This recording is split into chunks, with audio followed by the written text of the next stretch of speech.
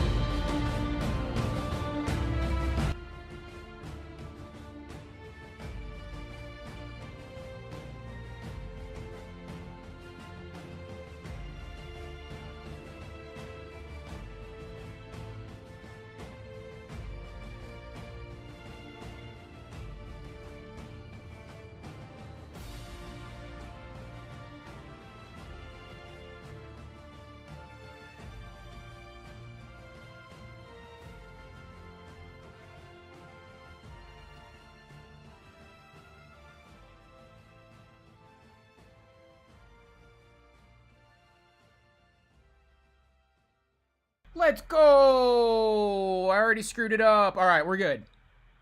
We're hood. I'm supposed to be talking while the intro music plays.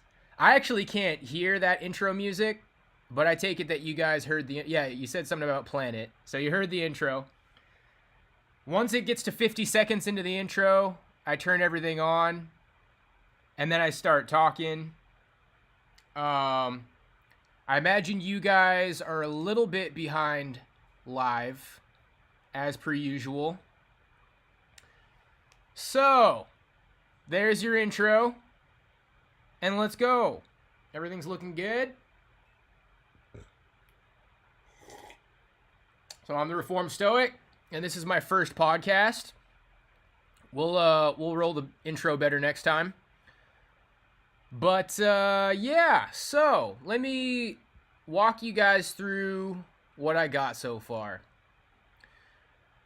going to start off by just saying hello, talking a little bit about whatever. My back is still not feeling great, but I took a hot bath today, and I'm working on it. Went outside with the kitties, trying to keep them from complaining while the show's rolling.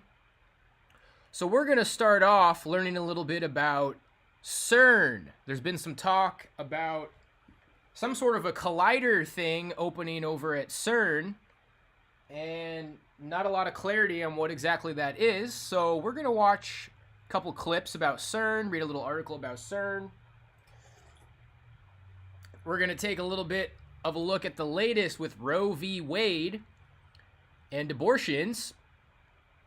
And then we're going to do a little segment on the Georgia Guidestones.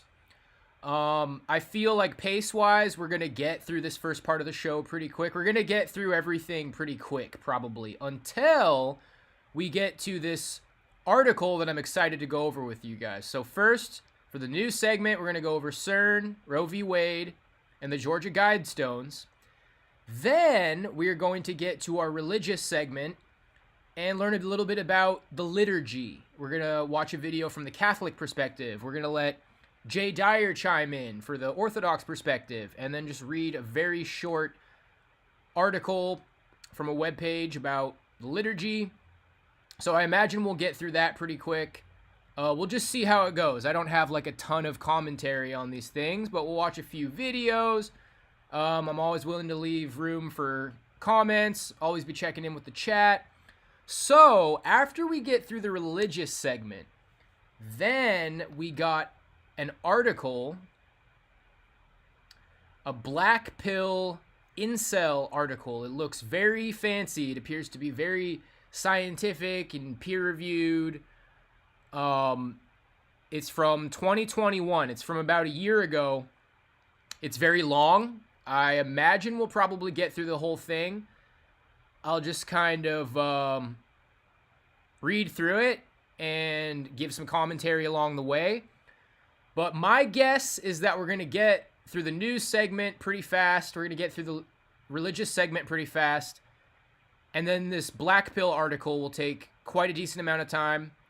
I think overall, it's going to be kind of a short podcast today. I'll just kind of adjust things as we go on, add some more segments. But yeah, this is the first one. This is kind of a practice podcast. So here we go. Let's go ahead and kick off the news. Bam. Okay.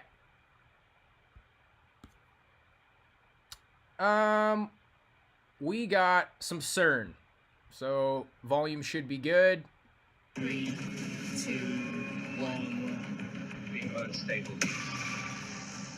Excitement and relief as the Large Hadron Collider subsystems whir back into action, setting a new world record. Colliding its first protons again after 3 years of upgrades, faster than ever before. Dream team. Physicists and engineers have been planning this part of the experiment for 15 years.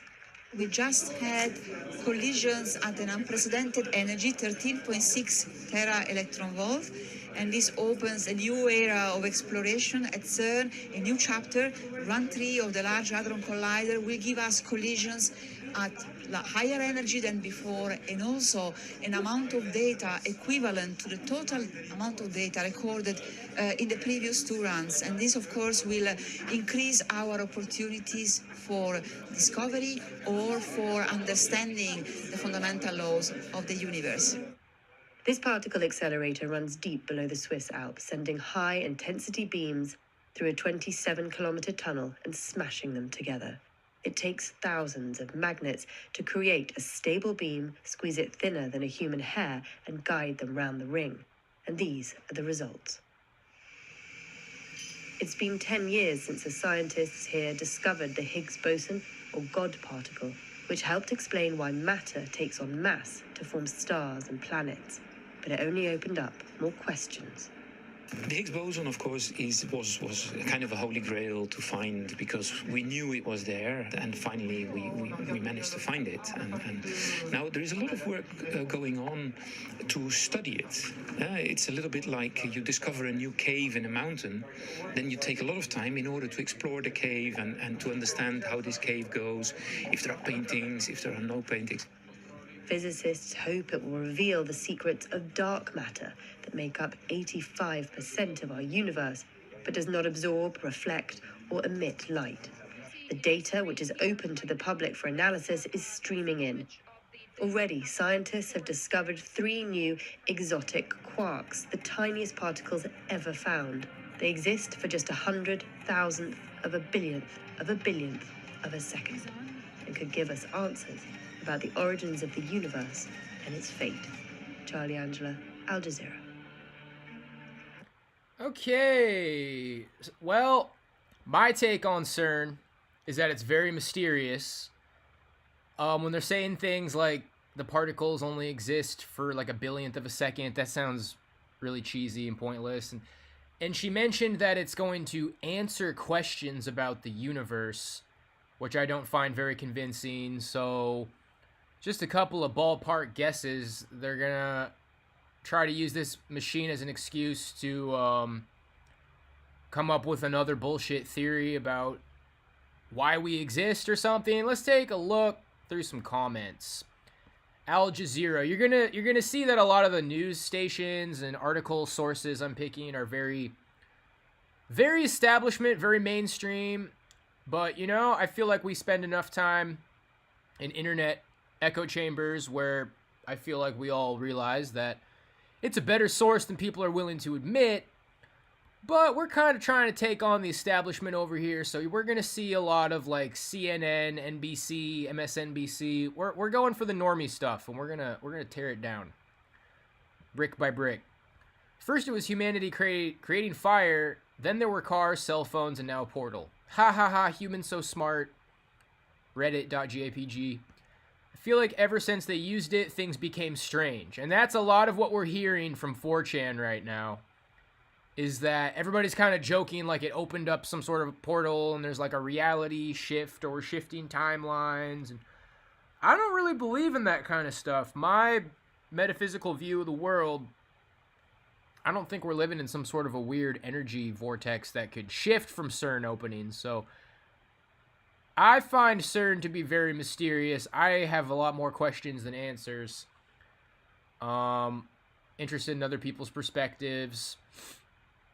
I feel like they're talking down to us, you know? They talk about the matter and it only exists for a billionth of a second and it's just supposed to be above our pay grade. It's supposed to be something that we just go, atoms for a billionth of a second. Wow, that's just, you guys are so smart.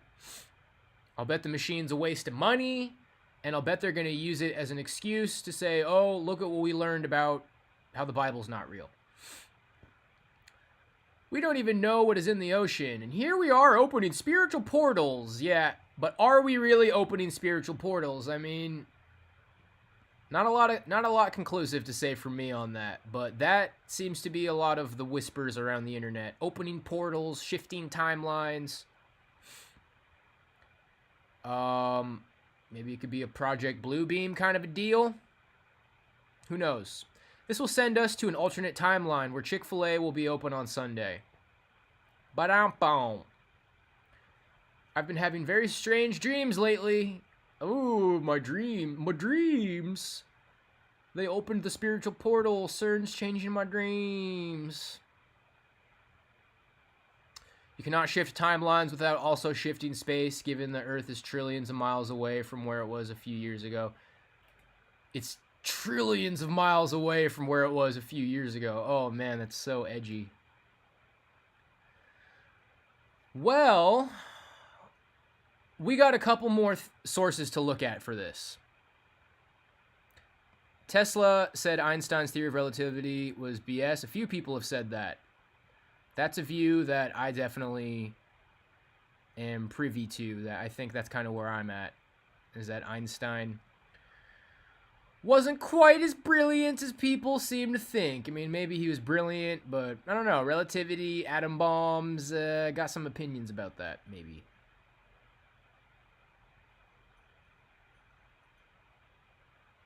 Either their priorities are insane, or this is just Star Wars-esque stuff to bring in world government. Yeah, that sounds about right to me. All right, moving on. What is CERN's Large Hadron Collider up to in 2022? And what isn't it? So this is from today. This was just posted today. Hot off the press. Let's make sure we got this whole thing in camera. Particles will collide and everything will once again be okay. On Tuesday, July 5th, at a giant underground compound in Meyrin, Switzerland, physicists announced that they had discovered 3 exotic particles never before seen by science. A feat accomplished via the world's largest ring of superconducting magnets, also known as the Large Hadron Collider. So they've discovered 3 exotic particles. Just throwing my opinions out there. Take them or leave them. It sounds like bullshit to me. It's just, this is all above our pay grade. Who knows what's going on in this big machine? I'm not so sure about particles to begin with. I know that Democritus is the one who came up with the concept of atoms. Plato's the one who came up with the 3 compartments of the atom, proton, neutron, electron. If you ask me, the whole quantum physics thing's a little shaky. Moving on. For anyone who had gotten their science news from TikTok, the discovery of 3 new subatomic particles probably didn't live up to the promise of a portal that's going to open on July 5th, or the widely shared notion that the event would look like a clip from the latest season of Stranger Things. The CERN hype is nothing new. People have been hyperventilating about this very, very big particle accelerator. Me and Rick have talked about accelerators before. He says they're like old television screens. Accelerators are like an old television screen. So if you have like a massive amount of accelerators or a giant accelerator, it could be like a big TV screen. So this could have something to do with like a Project Bluebeam type of a thing. All speculation though. It's very mysterious and lots of questions. Okay, so Very Big Particle Accelerator, which is run by the European Council for Nuclear Research.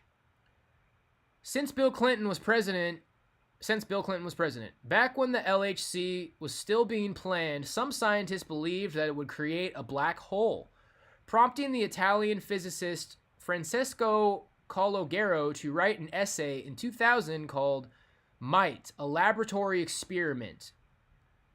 Might a laboratory experiment destroy planet Earth? Yikes. The essay kicked off years of commentary, but serious and not, about the LHC killing us all, including John Oliver's 2009 segment on The Daily Show, in which he interviewed a science teacher who believed that its experiments had a 1 in 2 chance of creating an Earth-destroying black hole. Oliver also interviewed actual scientists at CERN who were much more reassuring, but also much less funny. Black holes, dark matter, all things that I'm very skeptical of, and in my mind imply lies. They say they found new particles. They say they're messing with black holes. They're talking about firing particles at each other. To me, I just hear lies, lies, lies, lies, lies. I don't have a picture to paint in replacement of those lies, but Rick talking about how accelerators are like old television screens.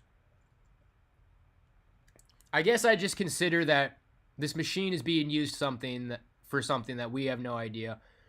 They're producing little tweets and Reddit posts and Tumblr quotes. They're just feeding the science rocks normie masses a couple of things to say about it, so people feel like they know what it is. Yes, for all anyone knows, the LHC might have created black holes no one has been able to observe, and yet Earth is still here. 2 researchers proposed in 2011 that many black holes gravitationally bind matter without significant absorption. In other words, many black holes drift around, not bothering anyone. It sounds like bullshit. Finding the Higgs boson. The LHC wasn't designed to create a black hole at all, but to figure out, among other things, why matter has mass. In Geneva in 2012, CERN's Director General Rolf Dieter Heuer announced to great fanfare that his team had discovered the Higgs boson particle. In short, using the LHC to smash particles together, as scary as that may be to some, was the quickest way to observe something called the Higgs field, a theoretical energy field that permeates everything and imbues matter with mass. Sounds kind of like the Force from Star Wars. The particle Heuer and his team observed in 2012 matched theoretical calculations by British physicist Peter Higgs, who had first proposed the existence of such a field and the particles that constitute it. So Higgs won the Nobel Prize along with his colleague Francis Engelbert. Funnily enough, the CERN team was snubbed by the Nobel Foundation. Maybe they were mad about the whole black hole thing. Man, this just doesn't seem to go anywhere for me. All right, we're about to the end of the article, but yeah, black holes, matter, bashing into each other, wondering why matter has mass. It just sounds like a bunch of filler clickbait nonsense. Let's go. It's disappointing. But when the LHC was first fired up in 2008, there were hopes beyond just discovering the Higgs boson, which mostly just answered an obscure question about matter that few lay people had ever bothered to wonder about. One theoretical physicist, Erez Etzion, believed it might advance our understanding of other dimensions. More bullshit. Others hoped it would unlock the secrets of dark matter. Bullshit. Other dimensions. Bullshit. Dark matter. Bullshit. Like, we don't know what this thing's for. And I don't think it's opening up alternate timelines either. None of that has happened, and the LHC failed to generate headlines for years, except in 2016 when a weasel climbed into the wiring and died, shutting the whole system down. Maweasel!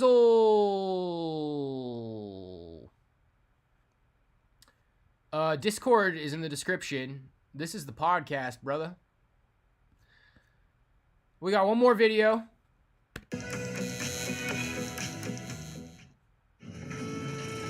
This is the European Organization for Nuclear Research, CERN. CERN is home to half of the world's particle physicists and the biggest particle hunting machine that has ever been built. The Large Hadron Collider, or LHC. Inside this pipe, 2 beams of protons are sent hurtling around a nearly 17-mile loop before being smashed together to create subatomic particles. It recreates the conditions that existed just after the Big Bang.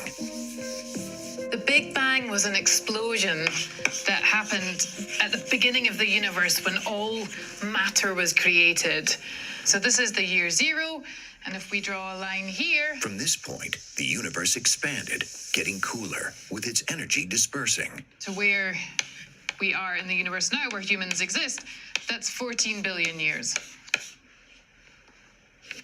Our sun was... Just like writing down something on a board that we're all taught in elementary school. Like, wow, the big science woman wrote Big Bang on the board. She's smart. She PhD. We all learned about the Big Bang long time ago. Congratulations, sweetie. You can write on a chalkboard. You can write a titty on a chalkboard. Formed 9 billion years ago. Well, the first stars formed over 8 billion years earlier. Whoa, a star! The LHC is able to look... She wrote an upside down... That's a pentagram. That's an upside down pentagram. Look at that. Traitor! Oh, you think you're pretty clever, don't you? But the LHC is able to look even further back in time to when all that existed were the fundamental building blocks of the universe. Particles. So in a way, the Large Hadron Collider is like a time machine, trying to create the conditions that happened just in the few millionths of a second after the Big Bang, to see what particles existed when the energy density of the universe was really, really high. At the moment of collision, the energy is converted into mass in the By the way, this is from 2016. This is really old, but it's still relevant. form of thousands of particles. Although most will be ones we already know about, the hope is that undiscovered particles might also be created that could help explain some of the mysteries of how the universe was formed. Basically, they're just going to... Because we don't know how this machine works, okay? Let me paint you a little picture, guys. We don't know anything about this machine. All we know is what we're being told. My understanding of the world... I think quantum mechanics is basically all a lie. Like I said earlier, Democritus is the one who came up with the concept of atoms. That's ancient philosophy. That's before Christ lived. Plato came up with the concept of the compartments of the atoms, protons, neutrons, and electrons. It's something that was theorized by philosophers, and now it's become a part of our hard science. I'm not going to act like this is my field of expertise, but yeah, Rick's perspective that these things are like giant old TV sets, that suggests to me that this is going to be used to create mirages. It can like create pictures in the sky. It could potentially be some sort of a Project Bluebeam mirage piece of technology to where it's going to make you see things that aren't really there. So yeah, all of this stuff about how it's going to give us questions about the universe, or it's going to give us answers about the universe, that's what they're going to tell us. They're going to say, oh wow, like now there's 100% chance that there's no God. We've figured it out. We've proven it with our particle collider machine. I wish I could speak more in depth about it, but I can't. It's something that I think we're being lied to about. People say it's to open portals. Everybody on 4chan's joking we're going into other timelines. We're popping in and out of different timelines.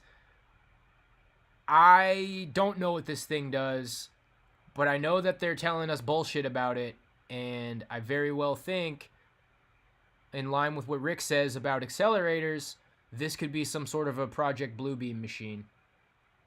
The firmament will become the screen. You know what, guys? There's a lot of different things that are considered podcasts. This is like Bill Burr does a podcast by himself. Bill Burr does a podcast where he doesn't interview anybody. It's very difficult to moderate people. I don't want trolls to like screw up my podcast. So eventually we'll figure out how to do. We'll figure out how to go about taking calls. But let me just do my thing for now.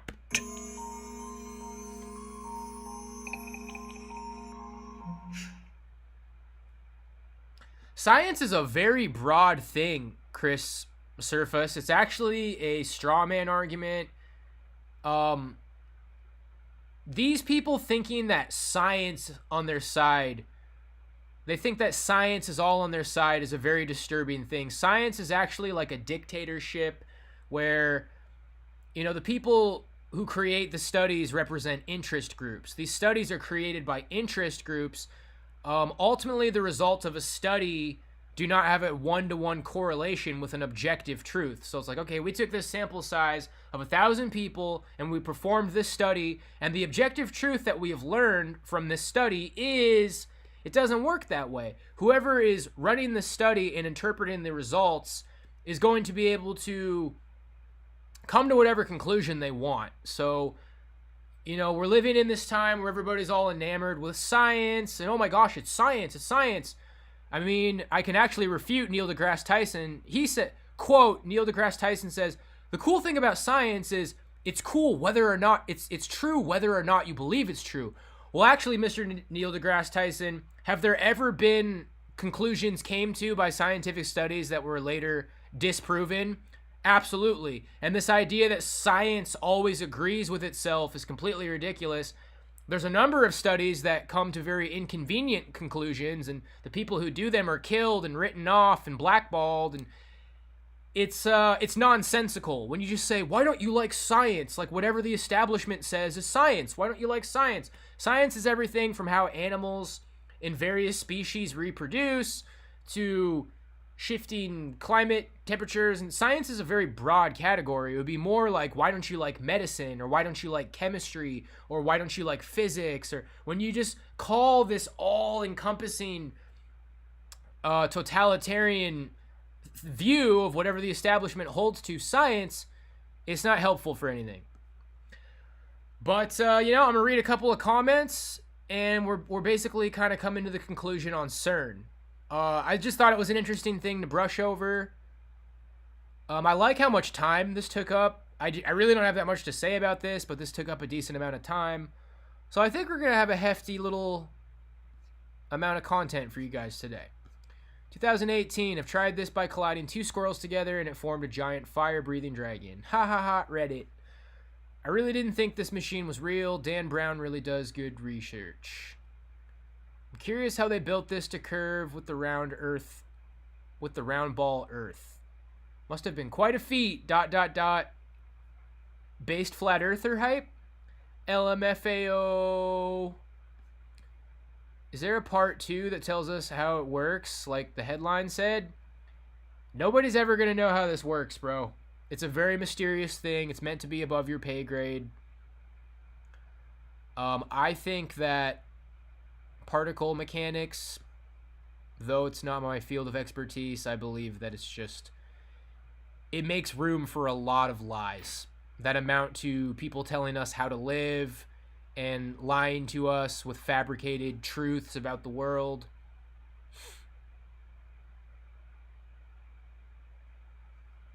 Portals of Darkness sermon.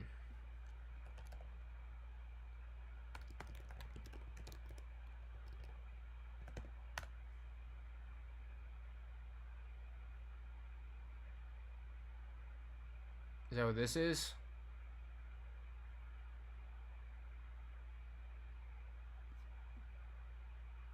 told you all the Genesis 6 is a big part of the end time. It is the end time. Genesis 6 is the end time repeating itself over and over again. There's been more end times. That's why, in the Bible days, when Paul and them were writing, they was saying. All right, we don't really have time for this right now. Yeah, it's something I'll check out later. I'm gonna try to learn a little more about this. I do find it interesting, but I just think all I feel like I can tell about it is that they're lying to us. So it's something big. It's sucking up a lot of money, and there's a lot of normies acting like they know what it does. Okay. Now we're going to move over to Roe v. Wade type things. We're probably not going to spend a lot of time here, but yeah, obviously, well, just take a look. Abortion rights activists gathered outside the White House on Saturday to call on lawmakers to do more to protect access. The protest was organized by the Women's March in response to the Supreme Court's decision to overturn Roe v. Wade. The event came just one day after President Biden issued an executive order in response to mounting pressure. The executive order aims to expand access to abortion medication and provide legal options for patients and providers. The Women's March is calling on Biden to declare a public health emergency and national emergency. The group said the public health emergency will allow the government to utilize more flexibilities to protect abortion rights. Hi, everyone. George Stephanopoulos here. Thanks for checking out the ABC News. All right, well, my thoughts on this are that women in the United States, they're used to kind of just getting whatever they want, man.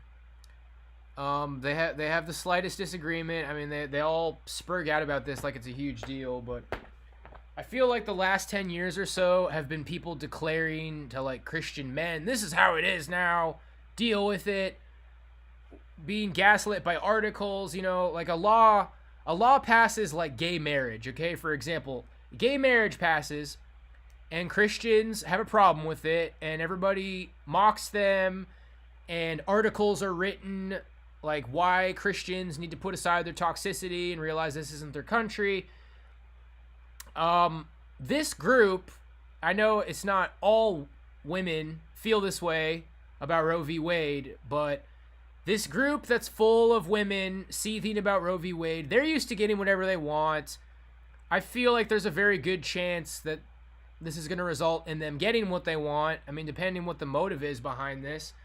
I've heard some speculation that people dying from the clot shots is why they'd want more people being born. Yeah, I mean, either... I just feel like this group of women is very entitled and they're either going to get what they want, which I think is likely, or they're going to keep spurging out, which is maybe what the system wants. But, like, for example, when the country passes something that our guys aren't about, we don't protest for long periods of time because we know at this point that nobody really gives a shit about what we want. I mean, I'm not saying Christians don't protest. There are protests, actually, but it's starting to look more and more like this kind of leftist group is controlling the country and getting what they want. If you ask me, the whole Trump era and everything associated with it was just designed to piss off the left, make the right look bad on a number of levels, and, make the left come back with a vengeance. What would you do if the Secure, Contain, Protect Foundation was real, or also known as the SCP Foundation? Just wondering, that's all. I don't know. I don't have a comment on that right now. How women have been maneuvered to exercise their rights on the basis of a right to murder. Take a couple of look at a couple of the comments here. I've noticed that everyone for abortion has already been born. President Reagan. That's a mic drop. This shows the sad reality that people just don't understand our system of government. Each person there is putting their ignorance on full display. Way to go, cheerleaders. I wonder if they will ever get that their protests work against them. Let's just keep on moving on. We'll just get through this. I like how much time all of this is taking. I'm getting the rhythm for how this is going to go, and I can get quite a bit of content out of this stuff. I thought we were going to get through all this really quick. Kamala Harris mocked for word salad answer to Roe v. Wade question. I think that, to be honest with you, I do believe that we should have rightly believed, started Vice President Harris, meandering answer. Vice President Harris offered an extra helping of word salad to Americans when asked about the recent Supreme Court decision to overturn Roe versus Wade. Asked about whether Democrats had failed over the last 50 years by not codifying abortion rights into federal law, Harris gave a rambling reply. I think that, to be very honest with you, I do believe that we should have rightly believed, but we certainly believe that certain issues are just settled. Certain issues are just settled. Yikes. Clearly, we're not, Costa retorted. No, that's right, and that's why I do believe that we are living, sadly, in real unsettled times, Harris added. Yikes. She could be our president at any moment. Brace yourselves. Harris' meandering answer came in for mockery online from both the right and the left. Holy cow, what a bad answer. This is going to cause a Dem revolt. The GOP has been after this for decades, but the Dems thought it settled, so did nothing.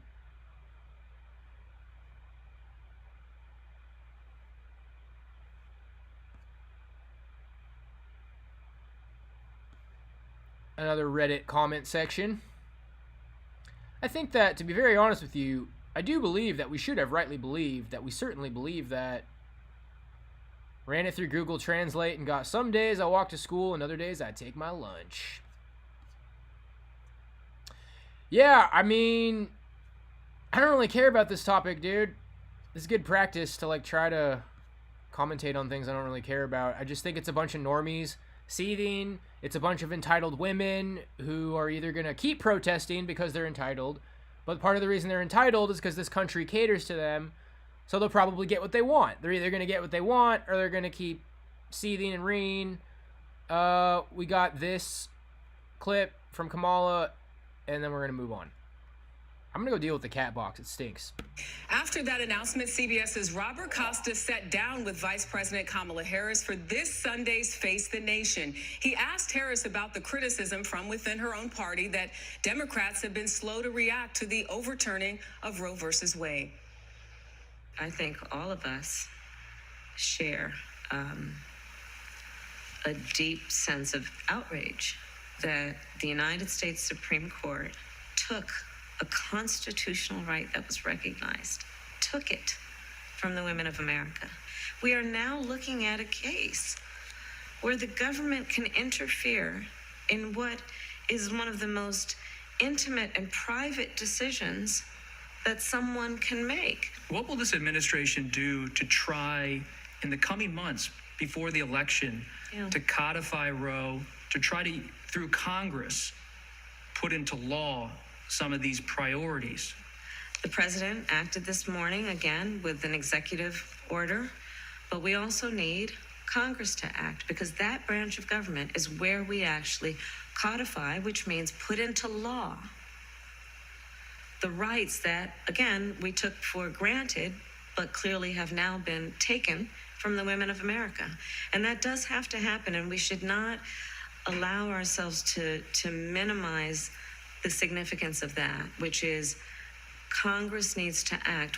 Some senators have suggested that Justice Gorsuch, Justice Kavanaugh misled them during the confirmation hearings on Roe v. Wade. Some Democrats have even called for those justices to be impeached. Do you believe they should be impeached? I mean, listen, I start from the point of experience of having served in the Senate. I never believed them. I didn't believe them. That's why I voted against. And you can see more of Robert Costa's interview with Vice President Kamala Harris on Sunday's Face the Nation. Yeah, I got mixed feelings about this, guys. I mean, you know, as a Christian, it's like, yeah, I am pro-life. But then you think about the kind of country we're living in, where the country's about divided in half. Sometimes it feels like maybe there's a giant silent majority of conservatives, but the left is certainly louder, because it does seem like the establishment takes their side and caters to their wants. But I don't know, man. The idea of people that like aren't my people killing their offspring is like, hey, you know what? But yeah, I'm pro-life. I think that it's very unattractive for women. I think there's like a womanly way that this could be handled. You know, you don't really want to go around bragging about how you have an abortion. It's something that you kind of want to keep quiet, be a little bit ashamed of. It's something that society's embracing with open arms, and a lot of these women coming up today, these young 20s chicks, these finishing high school, going into college, joining the workforce, they're sure used to get in their way. And I think they're not carrying themselves cautiously anymore. Something like having an abortion, which should probably be kept quiet, and it should probably be a learning experience. It's not anymore. Women are wearing t-shirts like, I love having abortions and I love killing babies. Ha ha. That's about all I got to say about it. Interesting topic to cover, but we got through it. The boys are learning together. Now, something that I find a little bit more interesting. We got 7 minutes on the Georgia Guidestones. Let's get it. Go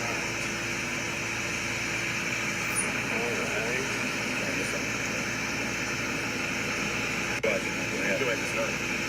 You ready? All right. Tell us your name. My name is Christopher Cubis. I'm the Executive Vice President of the Elberton Granite Association. How do you spell your last name? Last name is spelled K-U-B-A-S. You're in charge, your organization is in charge of maintaining. We do have a role in the maintenance and preservations of the Guidestones. The property itself is actually county property, and they maintain the security and the maintenance of the property itself. Tell me about the Guidestones. I mean, there's a lot of conspiracy theories swirling about them, but kind of tell folks what they are. So the Guidestones were a monument that was envisioned by one man who represented a group of individuals.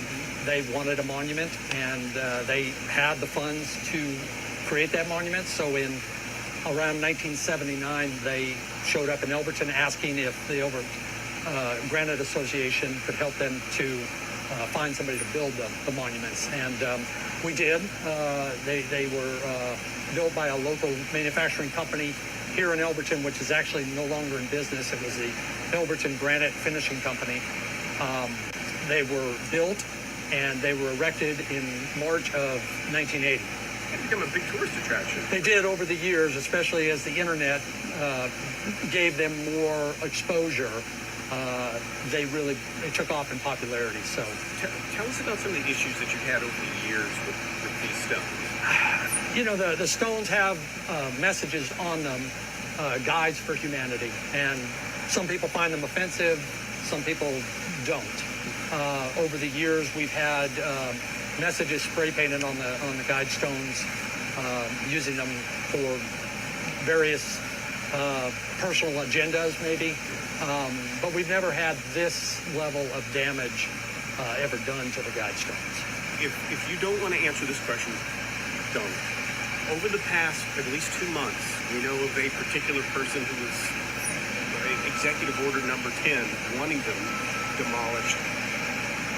Have you seen an increase in maybe unwanted activity since then?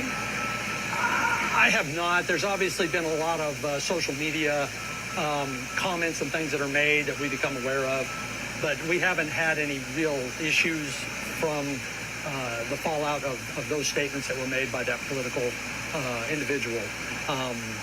But I don't know that this is not related in some way to the statements that were made.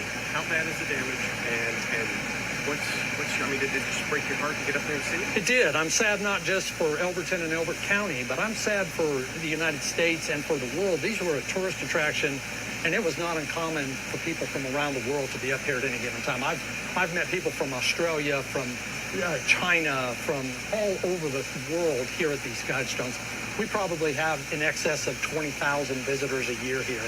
You know, it's free, it's open to the public, there's no fee to get in to see them, so people just come and go. We don't keep track of who's up here. We actually had to install cameras several years ago after the vandalism got so bad. But, you know, it does break my heart. You know, if you don't like the message that was written on them, you know, that's understandable, that's your prerogative, but, you know, there's no reason to take it away from other people that might not find it and interpret it the same way. How bad is the damage? So one of the wings is completely been destroyed. It's actually laying on the ground. I can see it. We haven't been up to the site because the bomb squad is trying to clear the area.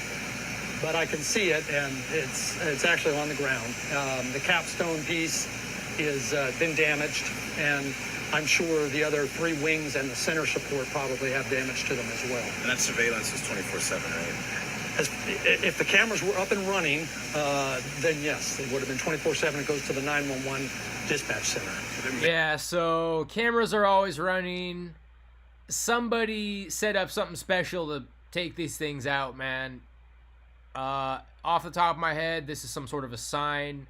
This is the elite saying, yep, it's going down. Maybe video. It could be. I don't know. That would be something that you would have to get. That's what I wanted to know.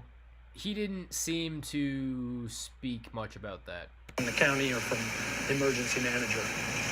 What do the stones symbolize? What do they mean? You know, they meant something different to a lot of people. You can go. They meant something different to a lot of people. It's all about relativity, man. It does seem to continuously come back to objective morals versus relativism.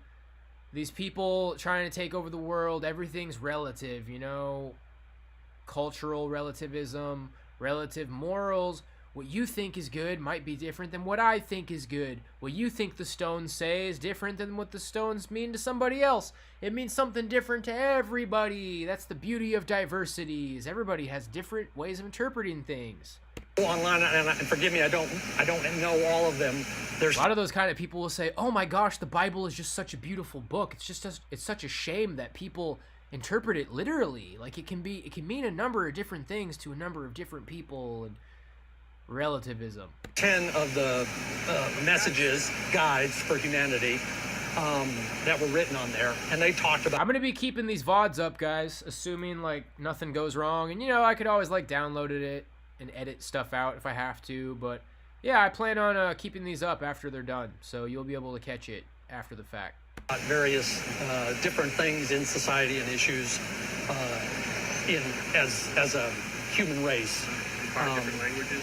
And they were in 5 different languages, and you know some people didn't like certain messages that were on there. They interpret them in very negative ways. And it was built to withstand an apocalypse. I mean, it was supposed to, after humanity was gone. How many ways can you interpret maintain the population at like what was it, 500 million?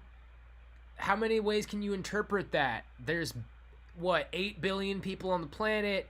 It says maintain the population under 500 million. I mean, boy, that sure implies like a lot of people have to die. I remember the initial... 91 Oki donated $3 to Wolfgang. Imagine wanting these fucking things destroyed. It was a military weapon. You know, here we are Just my guess. 1,000 years later, and Stonehenge is still standing. Imagine if it had writing on it, and you could read what the people of that time thought was important and wanted to leave for future generations.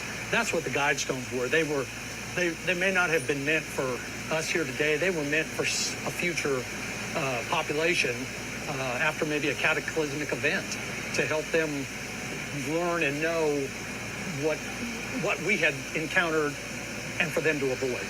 What was the name of the group that funded this? So we don't really know the name of the group that funded them. The one man that did come to town... yeah, so what Rick is saying there, is suggesting that the stones were destroyed at a very significant time. 33. Yeah. Blowing up those stones, it wasn't just some kids pulling a prank. It was done for a purpose, and I believe that purpose is to let the people in the know. I mean, there's a like a information war going on. It's an info war. There's an info war going on, guys. There's the normies who watch the real news and think everything's a conspiracy theory, and then there's the people that know something's up. They know there's an elite. They know that elite is fucking with us. They want people dead. They don't like Christianity, and that's who the message is going towards. The people in the know. There's something going on, baby. Went by the pseudonym of R.C. Christian. He came in, he had the funds available to build them, and that's what, the granite industry, we're in the business of manufacturing monuments. So when somebody comes and says, I've got a monument, I want to build it, and they've got the funds to pay for it, we're going to build it. And we do it regardless of race. Okay, so somebody gave a dono. Imagine wanting these fucking things destroyed. It was a military weapon, just my guess. Did you guys hear the dono? Oh, you want me to listen to the bends? Dude. We're not really doing media donos. I just need it to be TTS, probably. Yeah, I'm gonna turn off media, guys. But I can have a segment at the end of the stream. Here, I'll replay all the donos at the end of the stream, bro. It's kind of like Jay Dyer. Okay, you guys heard it. Well, Jay Dyer has a segment for super chats. So if you can wait till the end of the stream, I'll check it out later. Creed, religion, anything else, the genders, anything. If somebody needs a monument, that's what we do. And this was just another monument that we built. It's a testament to the craftsmanship of the granite industry here in Elbert County. Each one of those wings is 16 feet 4 inches tall. It's 1.7 inches thick, and it's 6'6" wide. They weigh about 42,000 pounds each. To quarry something of that size and get those 4 of them that precise, and then to letter them with the sandblasting that it took to letter those languages, that is utter craftsmanship that you would not find anywhere else. They had to be done here. And that's what we look at them, and that's what the majority of Elbert Countyans look at them, is the testament to the craftsmanship of the granite industry. Yeah. Very much. Yeah. I appreciate it. I appreciate You good? it. All right. Your name and title. Die Hard 4, dude. You ever see Die Hard 4, where there's like the cyber terrorists who do like a fire sale or whatever? It's called a fire sale. It's so funny, dude. Fire sale. Everything must go. Internet, water, fire sales. Ayo. Yeah. Die Hard 4 covers like the damage that a cyber attack could do in the modern world. So, couple of comments. This was no monument. It was a declaration of war against humanity. Let's go, Travis Thornton. Something fascinating happened on a forum in a span of a few days, and it has caused quite a stir in certain parts of the internet. A person by the moniker of Insider claimed he was from a ruling bloodline and gave the people a chance to ask everything they wanted, and Insider would answer.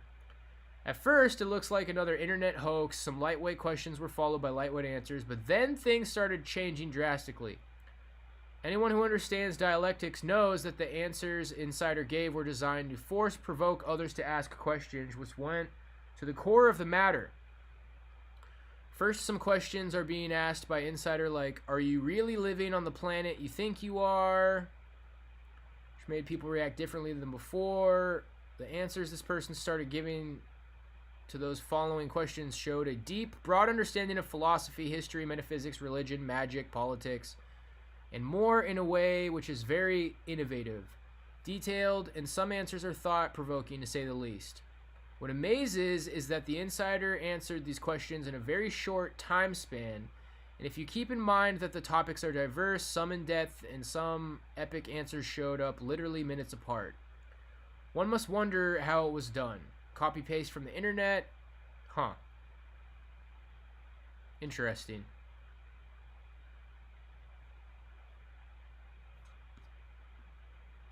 The man knows the whole story of the monument, but when asked a simple question, what was the name of the group who funded the monument, answer, we don't really know.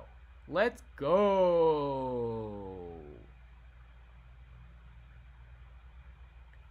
I've watched about 5 videos on the subject. Nobody in the comments is upset about the explosion. It's pretty obvious that a monument dedicated to depopulating the planet to 500 million people is very unpopular.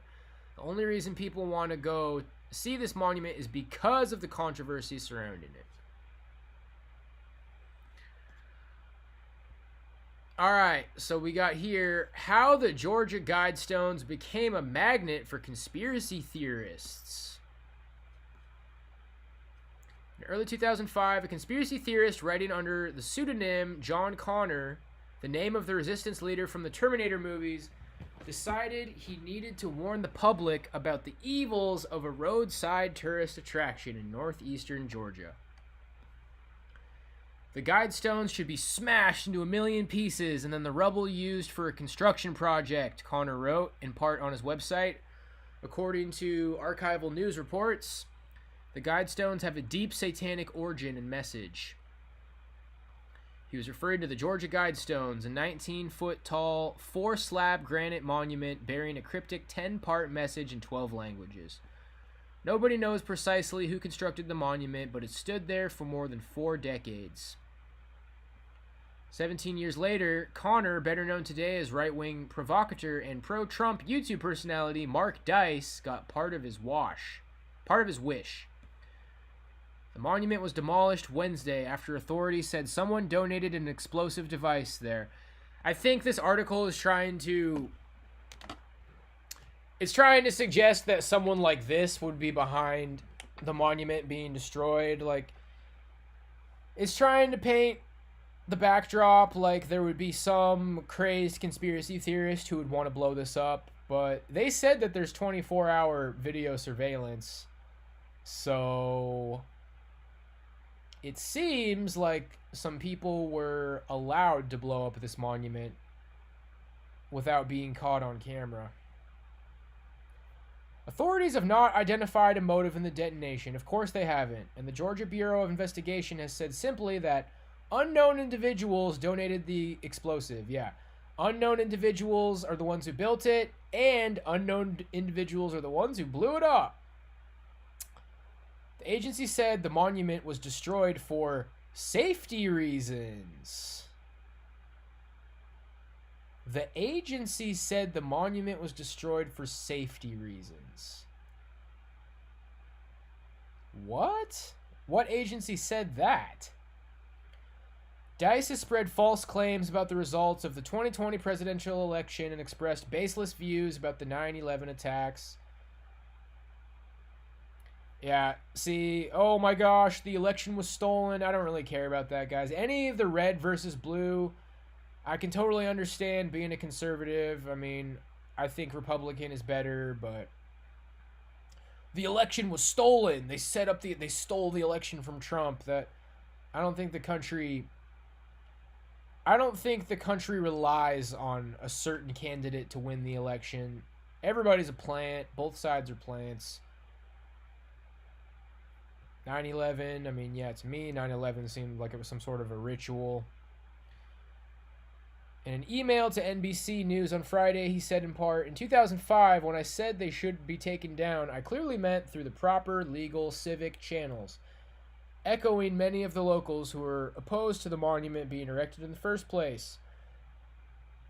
So this guy's under heat because forever ago he said it should be destroyed, and now it's destroyed. He's not the only public figure who has used their platform to rail against the supposed evils of the Guidestones, apparently vexed by their mysterious provenance and inflamed by strange inscriptions that appear to endorse eugenics and population control. Georgia Bureau of Investigations. They charged Trump for crimes Hillary and Biden committed. Let's go. In recent years, the Guidestones became a recurring symbol in the QAnon conspiracy movement. Anybody who's anybody thinks QAnon is bullshit. It's some sort of a boomer LARP honeypot. It's just to make people think that, like, Trump is some sort of a superhero. He's not. Trump is not saving us from anything. That's my perspective, of course. The subjective videos and other digital content that baselessly linked them to the COVID pandemic and a fictional cabal of sex traffickers. Yeah, well, you can certainly understand why you would think that the COVID pandemic is linked to it. And if you ask me, the Guidestones being blown up, it's like a wink wink that it is linked to the pandemic and everything that's happening right now. People just do not shut up about food shortages. You know, tomorrow, actually I'm thinking tomorrow I'm not going to do a podcast, but on Monday, I think one of the topics we'll go over is food shortages. That seems pretty relevant. A fictional cabal of sex traffickers. Alex Jones. Oh, man. QAnon. Alex Jones. These are all the enemies of the real news. Like that. Those are our people, right? That's our movement. QAnon. We're QAnon. And we think the election was stolen from Trump. And Alex Jones is our guy. I think all these... It's all plants. Alex Jones is a plant. QAnon's a plant. Trump's not our guy. They create their enemies. You know, oh, that darn Alex Jones. He's not really with us. None of these people are really with us. The incendiary conspiracist and InfoWars host visited the attraction in 2020 and called it the birthplace of the modern depopulation movement, referring to an inscription on the granite that called for keeping the Earth's population under 500 million. Yeah, guys, it's a very complex maze of smoke and mirrors. They're just trying to keep us confused. And everybody in our generation on some level at least has an opportunity to wake up. But what's the first thing that you find when you wake up? It's like, I think there's something to this Illuminati. I think there's something to this Georgia Guidestones. Who are you going to find? You're going to find QAnon. You're going to find Alex Jones. You're going to think that Trump is the savior, come to rescue the country.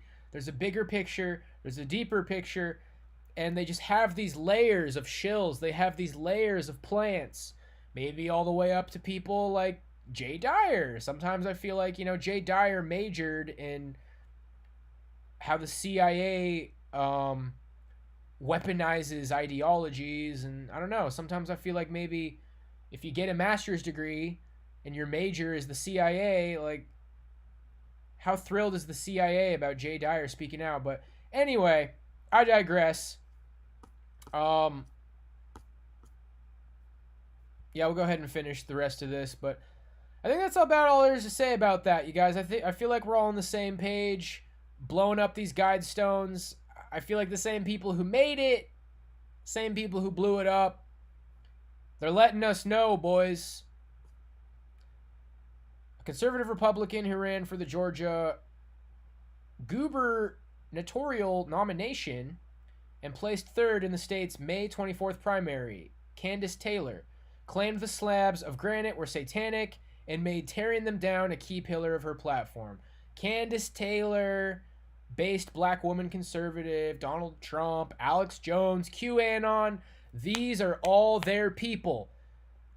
They don't acknowledge the real movement, guys, and it's because there's just about not a real movement. They create these fake movements that the news, oh, that Alex Jones, that QAnon, that Candace Taylor. I'm not saying they don't have any good points. They have to have some good points. They need someone out there acknowledging some of these good points because everybody's talking about it. But they don't want somebody who's 100% about it to get big. God is God all by himself. He can do anything he wants to do, Taylor tweeted Wednesday. That includes striking down satanic Guidestones. Oh, so she's trying to suggest that God stroked down the Guidestones. It would be cool, but I think we're all on the same page with this one. Katie McCarthy, a researcher at the Anti-Defamation League who studies extremism and conspiracy theories, said in an interview that it makes sense that the monument would draw the intense interest of people who believe in far-reaching government plots. Why doesn't the news take a less biased standpoint? It seems that the news has an objective to laugh off this idea that there is a sinister plot behind those Guidestones. It seems like pretty biased reporting, if you ask me. It just seems like it would be a common train of thought for people to have. Like, oh, the news represents the establishment. Of course the news would protect the establishment. And I mean, that's how it is. The principles laid out on the Guidestones advocate for things like depopulation, eugenics, a global government, and these ideas play into conspiracy theories about a new world order, she said. It's proof to them that the global elite is plotting to kill off humanity. McCarthy said the Guidestones have attracted scrutiny since they were erected in 1980, but the rise of the internet and the growing influence of the Christian right elevated them in conspiratorial circles. Wow, doesn't that paint an ugly picture of Christians? The growing influence of the Christian right. We don't want the Christian right to have any influence in this country. What a problematic growth. Oh, of course the Christian right would think that it's a problem to reduce the population to 500 million. Just taking a crap on our boys. The monument is believed to have been commissioned by an unknown person or entity working under the pseudonym R.C. Christian.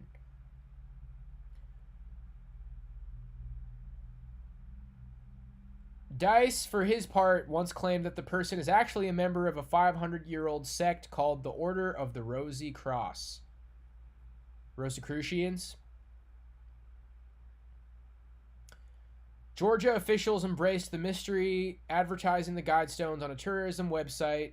Christopher Kubas, the executive vice president of the L. Burton Granite Association, said it drew more than 20,000 visitors a year.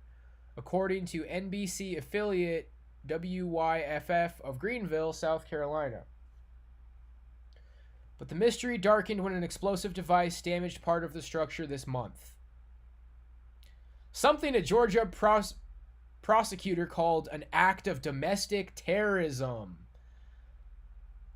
It's probably one of you crazy conspiracy theorists.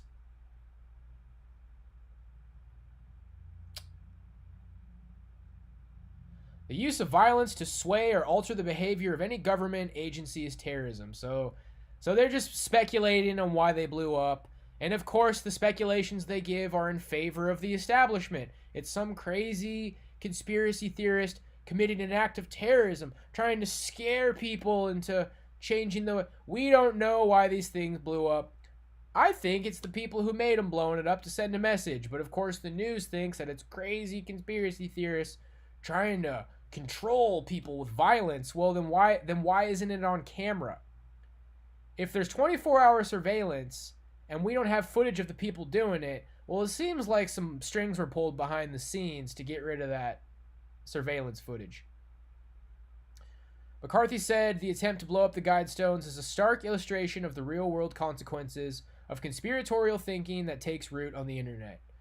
Of course. This is all just kind of infuriating, dude. It's easy to dismiss conspiracy theories as crazy ideas that live on the internet, but they're not. They can and do have real-world consequences. We've seen that with Pizzagate. We've seen that with QAnon. Oh my gosh, these conspiracy theorists, they just need to be stripped of their right to have an opinion. Because that's probably why the Guidestones blew up, right? Let's just speculate it.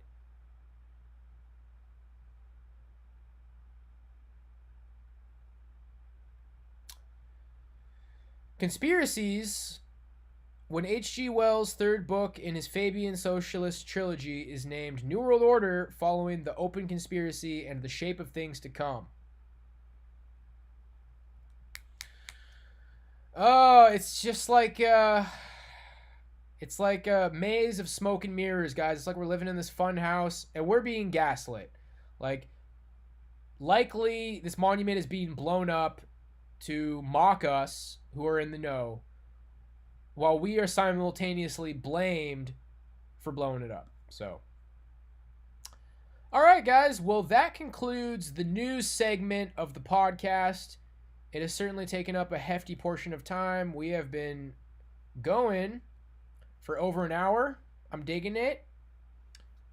Let's get to the section on liturgy. I think we're going to get through this pretty quick. We have a hefty article on the black pill to get to. Let's just take a minute here. Just, learn a little bit more about what liturgy means. The word liturgy literally means work of the people. Within the Catholic Church, it is used to describe all the public acts of worship that take place, as it draws the people into the work of God. Liturgy is in many ways the public face or shop front of the church. It is through the liturgy that people engage with the faith and deepen their relationship with God. Liturgy is not an event that depends on good ideas and great songs. No one makes up or invents a liturgy. It is something that grew over millennia of faith. Liturgy is the divine worship of the church and includes the celebration of Mass, the celebration of the sacraments, and the divine office or daily prayer of the church. The celebration of the Eucharist is the source and summit of our faith, and so all other liturgies flow from and to the celebration of Mass. Liturgy is not just the words that are said, it is much, much more than that. Through the liturgy, we encounter God and are united with our brothers and sisters across the world as the universal church. Over these pages, each of the major liturgies of the church will be explored. All right. Well, that's just kind of set us off here. I got a video from the Catholic standpoint, and then we're going to hear from Jay Dyer. To me, it just sounds like the liturgy is like the tradition of the Mass, the traditional format of what happens at a church service. Hey, this is Jared Dees from thereligionteacher.com. This word liturgy is often used in the Catholic Church. I've been hearing that about Lake Mead. I've been hearing that there's very close to a water shortage scare. I think Monday, guys, no podcast tomorrow. I think Monday we're going to cover food shortages and droughts and those kind of things. Yeah, it sounds scary. All of the stuff about food shortages sounds scary. And it has two specific meanings. But first, the root word of liturgy offers some insight into the meaning for us today. We often think about prayer in the church and we think, what can I get out of this? But the word liturgy actually means the work of the people.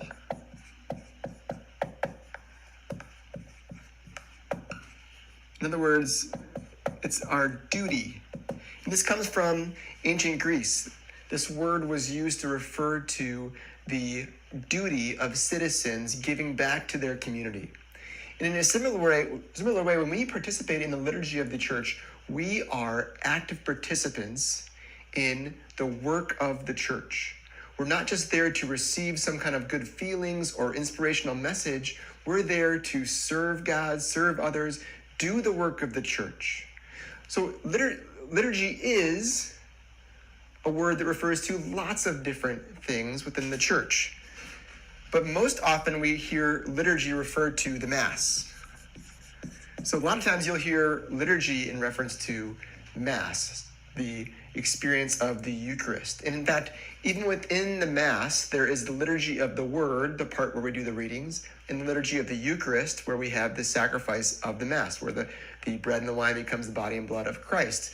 So liturgy is a word that specifically has come to refer to the Mass, but liturgy is more broad as well. So we have liturgical seasons like Advent and Lent and Easter and Christmas.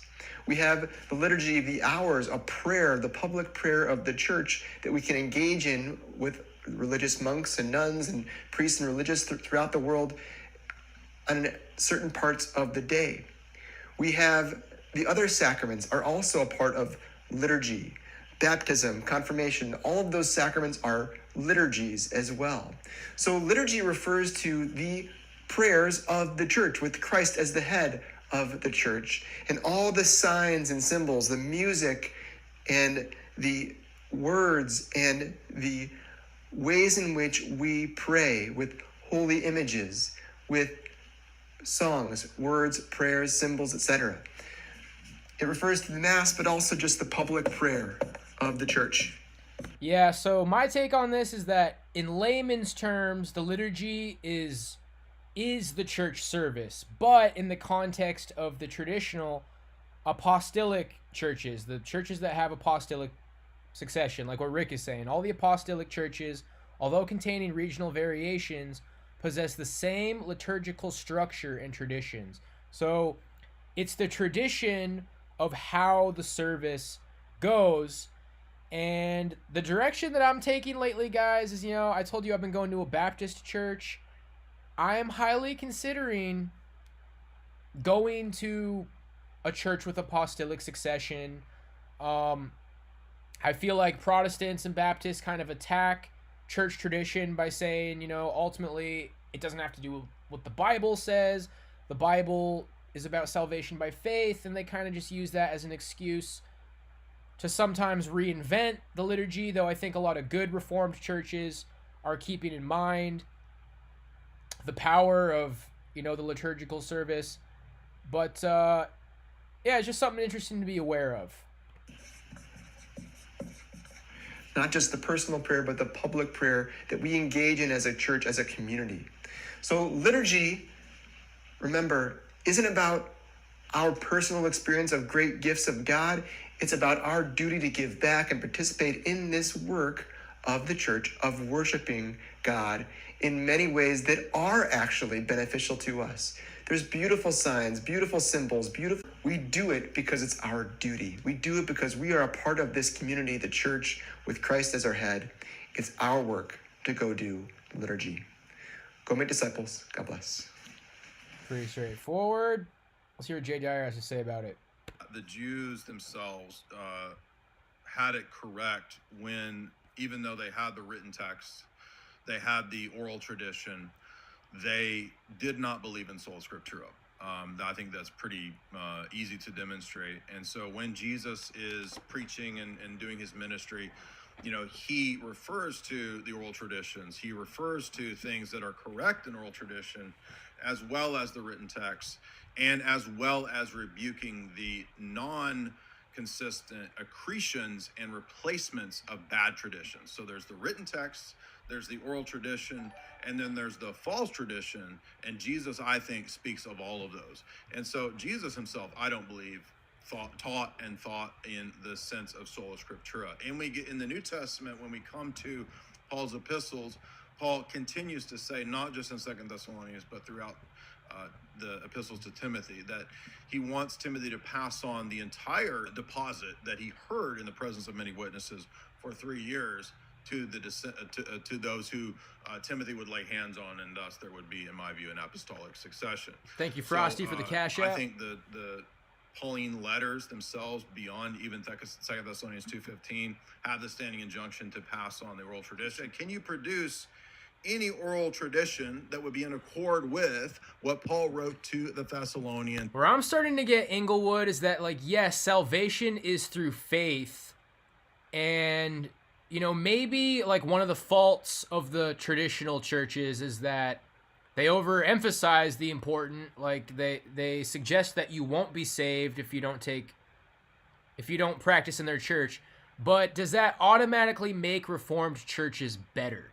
Maybe you can just have an understanding that salvation is by faith, but still go to a traditional church, and maybe the liturgical service of a traditional church, like a Catholic church or an Orthodox church or an Episcopalian church, would be better, yeah, maybe tradition isn't everything and it's not necessary for salvation, but does that automatically make Baptist or Protestant services better? That's kind of where I'm at, where it's I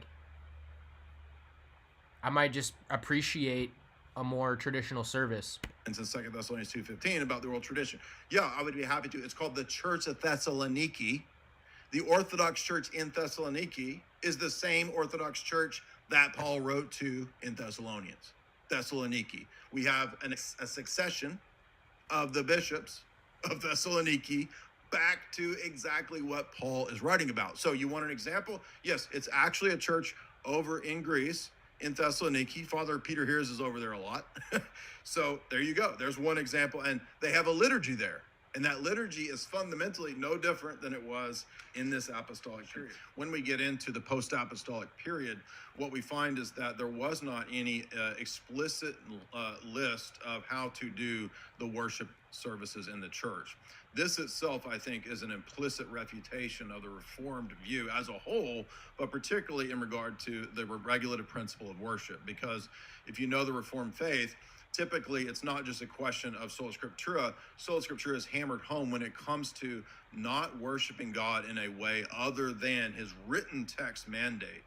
So my challenge there is, well, it stands to reason that God would have laid down then an explicit written way that the church should and would do liturgical worship, and yet we do not have that. There is no New Testament writing or doctrine about how to conduct the church's worship services, and yet the Reformed tradition hammers the fact that Nadab and Abihu are examples of those who would try to innovate and come up with humanly devised ways to worship God. Now, guess what?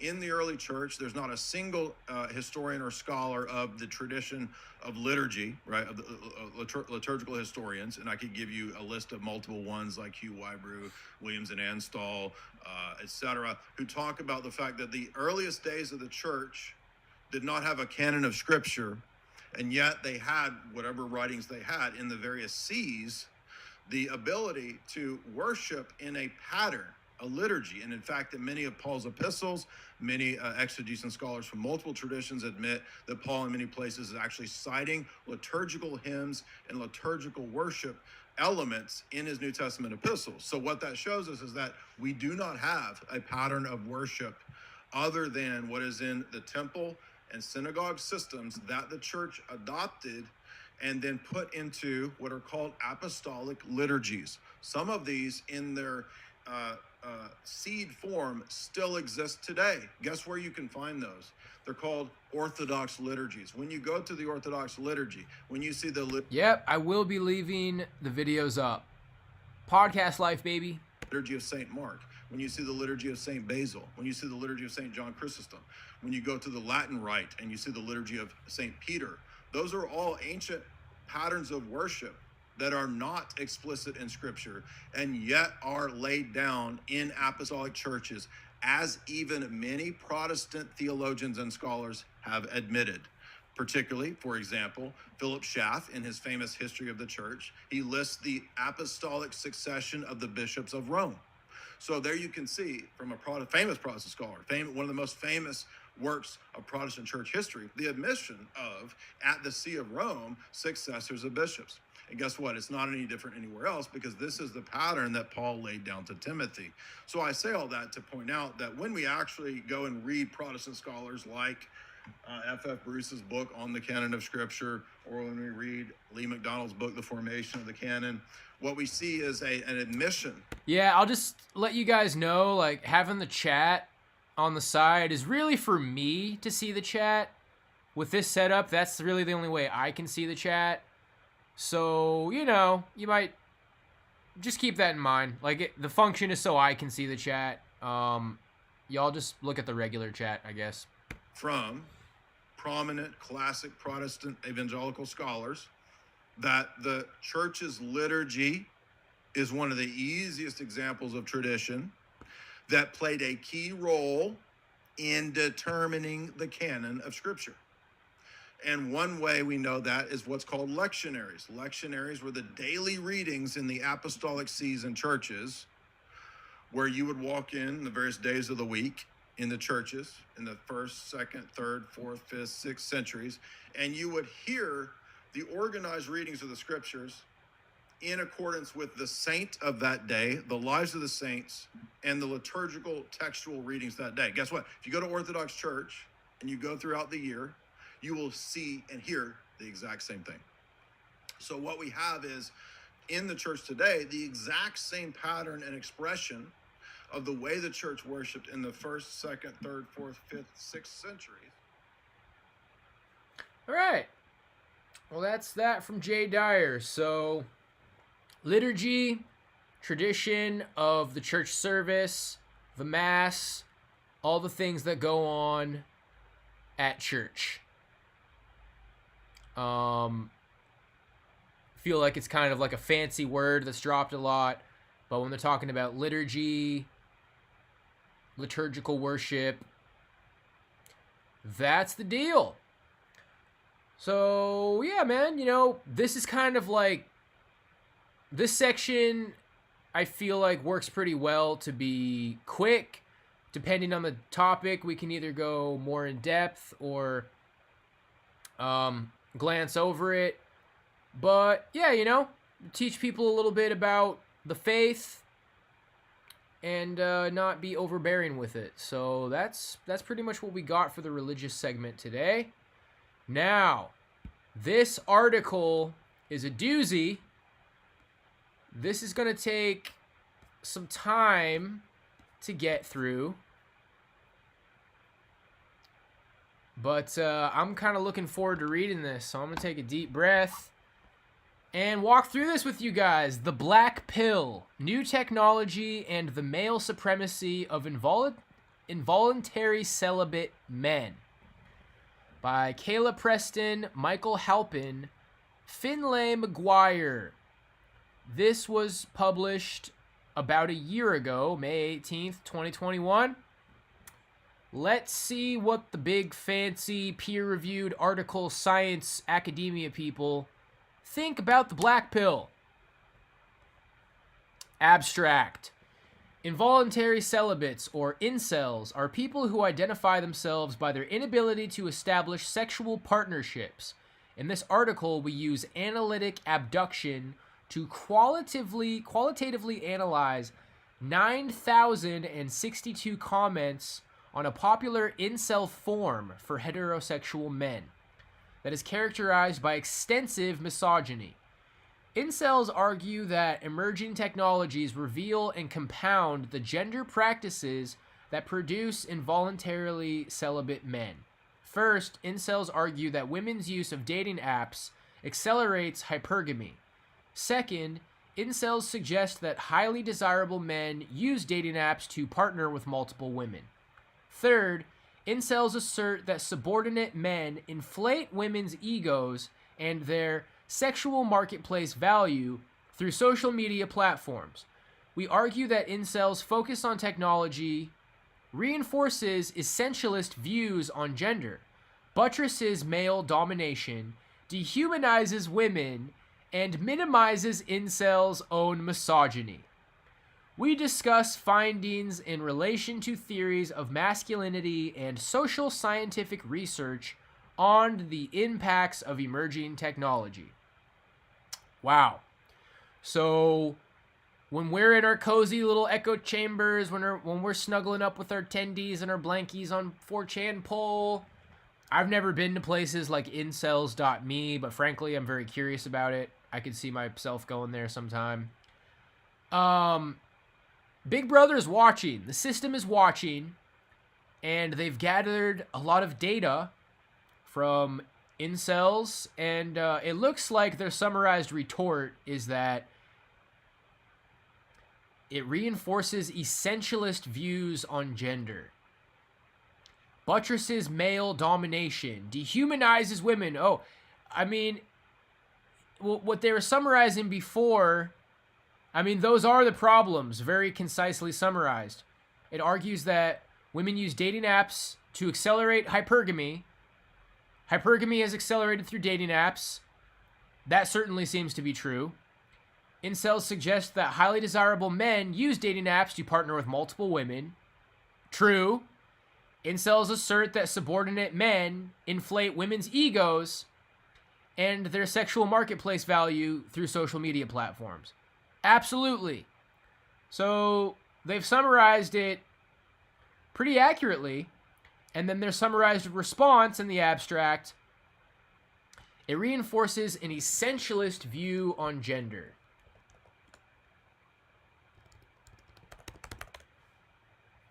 Essentialist. What is an essentialist view? Essentialism is the view that certain categories have an underlying reality or true nature that one cannot observe directly. So the idea that there are truths about women. They don't want us to be figuring out how women work. They don't want us to come to conclusions about women. So that's what they're talking about. How technology reinforces the essentialist view. So we can observe women's behavior through modern technology. And this article is attacking that idea.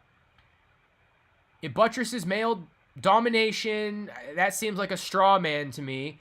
Are women becoming more hypergamous?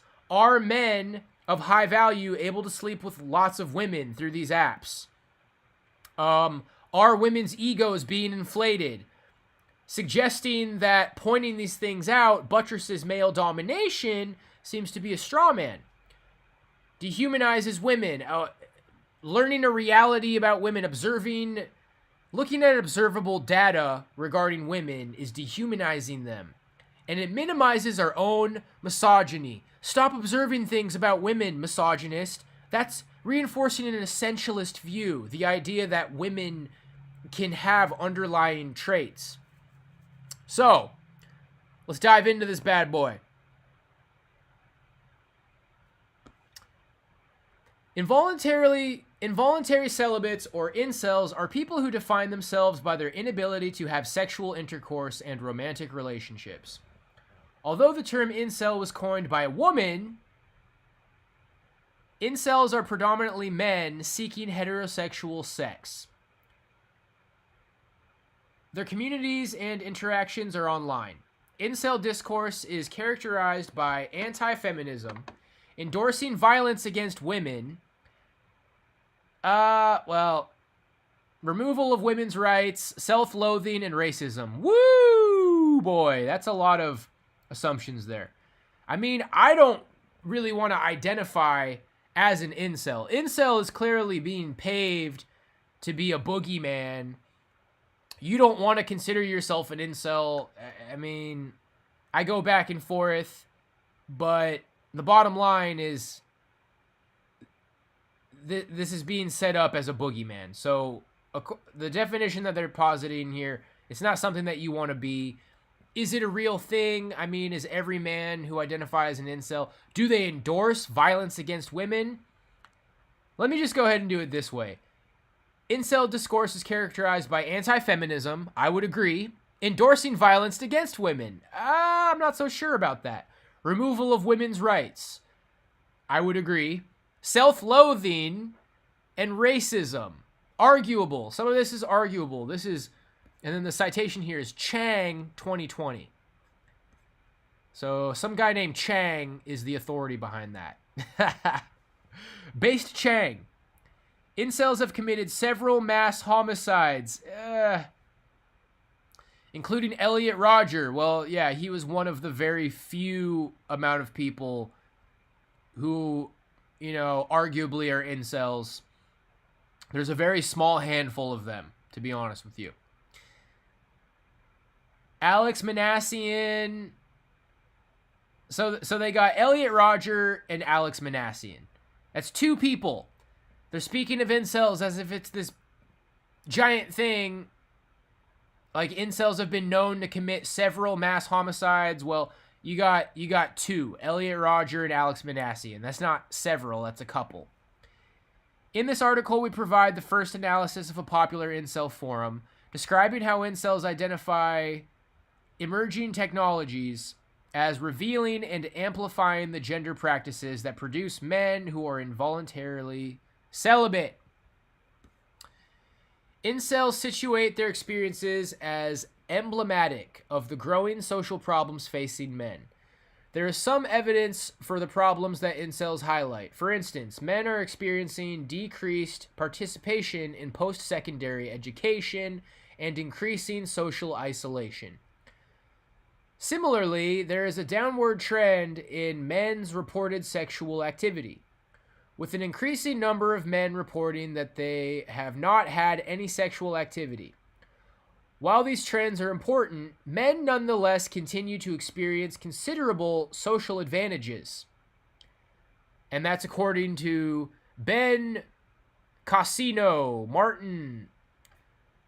I mean, who says that we're experiencing considerable social advantages? Are you going to spend any time trying to prove that? They just kind of write off all these problems like, oh, here's our citation that men experience a considerable amount of social advantages. In this sense, incels' arguments orient to a perceived decrease in the patriarchal dividend, which refers to men's disproportionate benefit from unequal gender relations.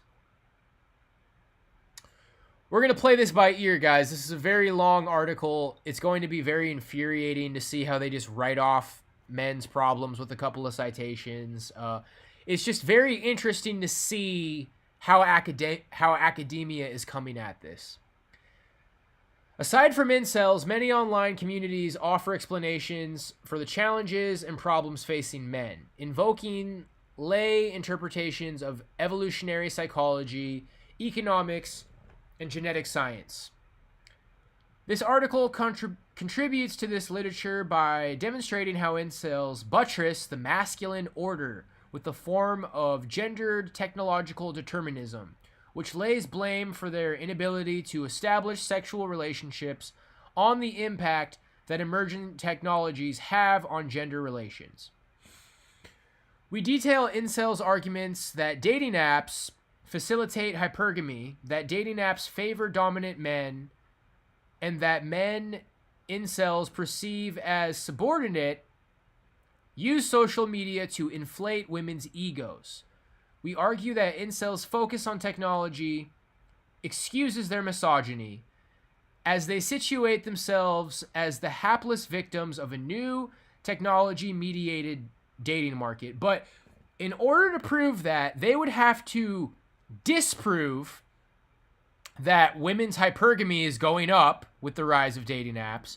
They would need to disprove that high market value men are able to have a greater selection of women.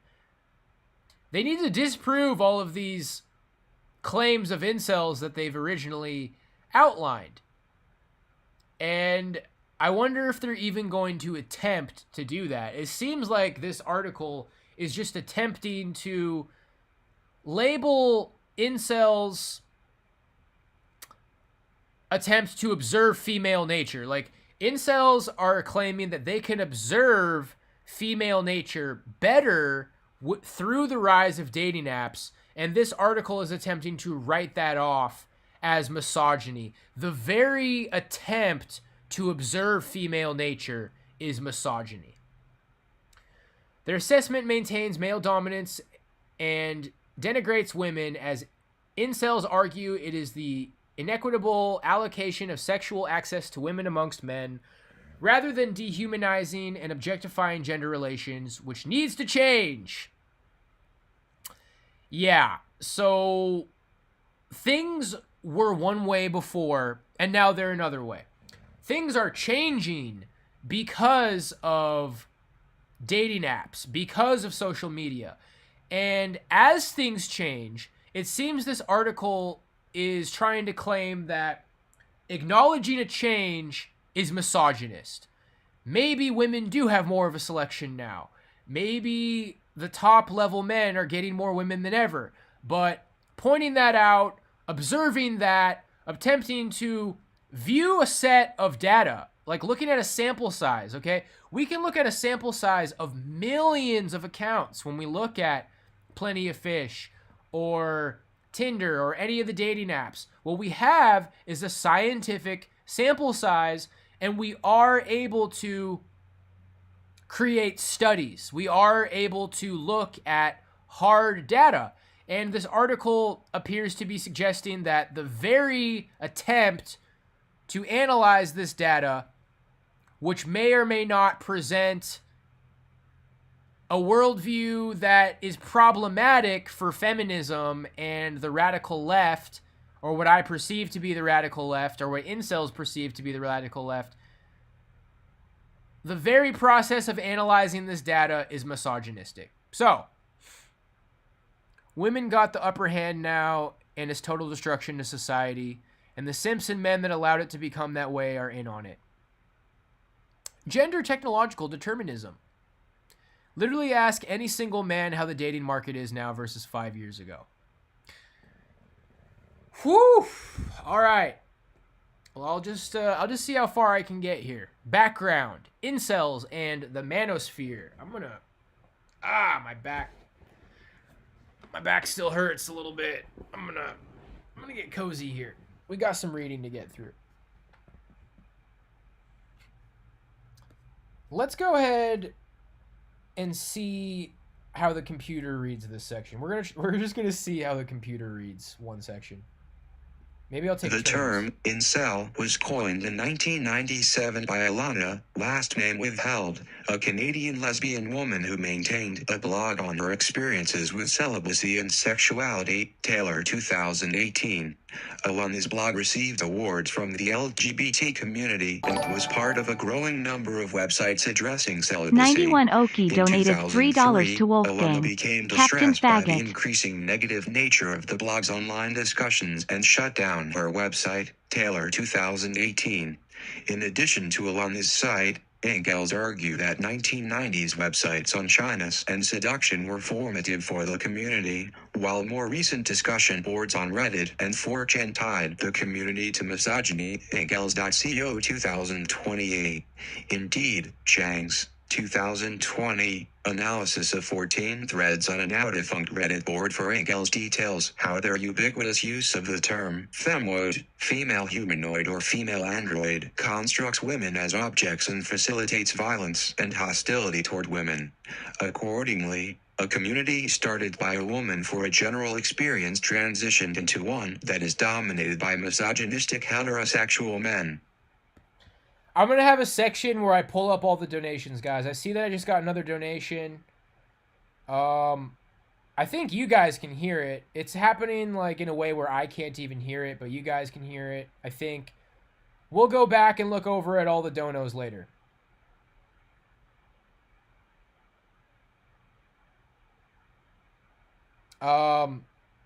Anyway, I'm going to read this. I'm not going to have the computer read it, but this article is just really setting the scene to label any attempt to criticize women as misogyny.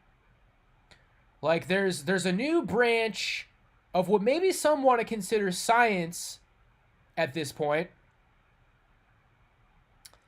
and they want it to stop. Everything's labeled misogyny, everything's labeled an attack. Incels argue that 1990s websites on shyness and seduction were formative for the community, while more recent discussion boards on Reddit and 4chan tied the community to misogyny. But what is misogyny? Is attempting to realize aspects of modern women and feminism, is that all? Can it all really just be written off as misogyny? Or maybe any opinion that you don't like about women is labeled misogyny? I mean, you're certainly outspoken about how men are. Anyway, let's keep going. This is difficult stuff. As incel communities changed, so did the criteria for being an incel. For instance, Alana's website defined incels broadly, including people who never dated, those with little dating experience, and those who struggle to establish relationships due to some issue they cannot control. Likewise, not all celibate men identify as incels, as Terry demonstrates in an interview-based study of 9 men that still desired sex but exercised self-control by practicing celibacy.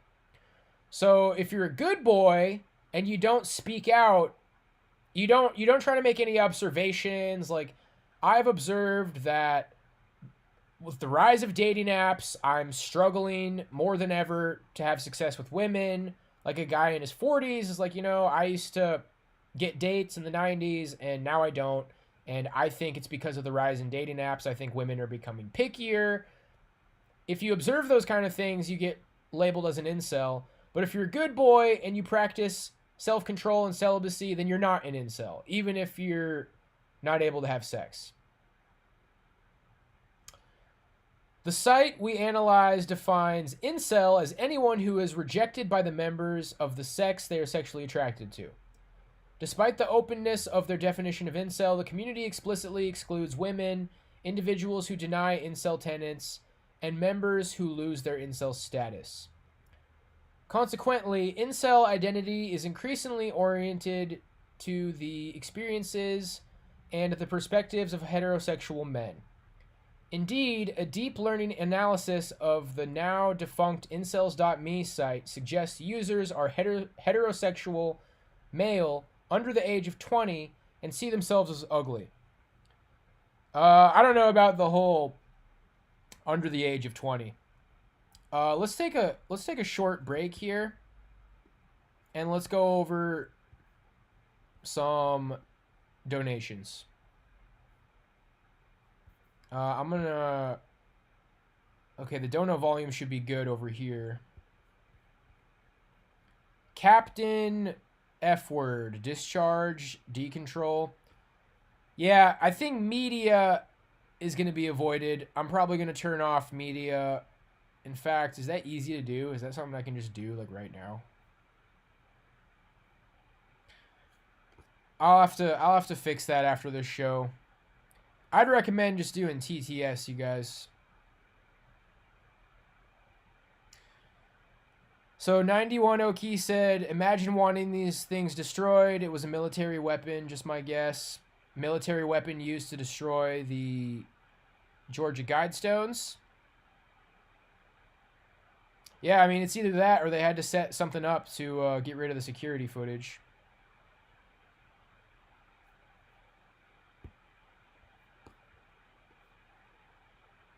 All right. Yeah, I don't know about media, guys. I'm going to have to figure out how to turn media off.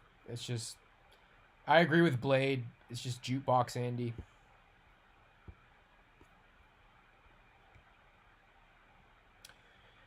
Incels are part of a group of male-oriented websites that are collectively referred to as the manosphere.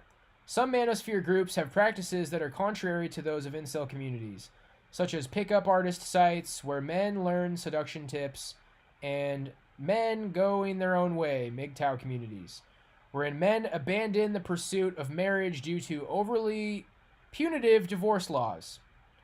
For example, Van Valkenburg's 2018 qualitative analysis of 26 documents central to the Red Pill subreddit demonstrates how men on the forum view women as economic commodities and sexual success results by using strategies from economics and evolutionary psychology. Likewise, Ging's 6-month analysis of multiple manosphere sites focusing on gamer culture, MGTOW, men's rights groups, and pickup artists suggest manosphere discourse aligns with hybrid masculinity, wherein dominant men selectively adopt practices of subordinate groups. Here, Ging argues that manosphere discourse mixes claims of apparent tolerance for homosexuality with a continued emphasis on gender inequality and male domination.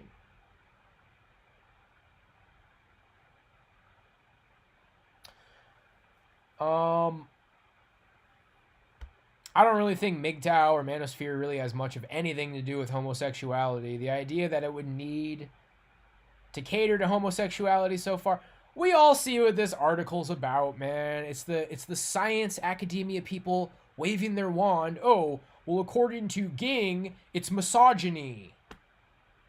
It's just a circle of talking heads with degrees. It's their opinion, and they're educated, so they're gonna shove their opinion down our throat, and we're not educated, and I think a lot of people see what's going on, man. Like, academia is a gang. Academia is a cult. They have the power. They got the accreditation. They got the weight behind their opinions. We don't. But I'm not saying we is incels. I'm not saying identify as an incel. I think incel is just something you call somebody who points out things that are problematic to your worldview. But, you know, are there really incels? Yeah.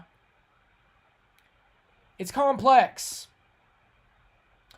Despite some differences, manosphere sites are united in their anti-feminist agenda. Here we go. And is there anything wrong, objectively, with having an anti-feminist agenda? Do you have to be a feminist? Is it okay to disagree with feminism? Let's find out. And the belief that feminism has undermined men's social role, resulting in systematic misandry. Indeed, Marwick and Kaplan trace the use of misandry across the manosphere since the 1990s, observing that the term is used to build community while discrediting and vilifying feminism. Well, you're discrediting and vilifying incels and MGTOW in the manosphere. Why are you allowed to do that, but we're not allowed to discredit and vilify feminism? We like MGTOW and the manosphere, and you like feminism. Are we allowed to discredit the things that you like? Like, yeah, you have the degrees and you're the ones who produce the scientific articles, but is this objective just because you work for academia? And is it impossible for us to be touching on truth because we don't represent academia? Are the opinions contained in scientific articles objective? But you're gonna say these aren't opinions. They're not opinions. It's all so tiresome, you guys. Let's just keep unfolding this dumpster fire. Many manosphere communities also consider themselves to be red-pilled, which references a scene from The Matrix wherein the protagonist is offered a red pill that will reveal the truth about the world. In the manosphere, accepting the red pill means awakening to the perceived destructive force of feminism. In addition to red pill language, incels discuss the black pill, which means accepting the fact that it's over and inferior men have no chance of ever establishing sexual relationships with women. As such, the community is defined by the relationship between heterosexual sex and masculine status.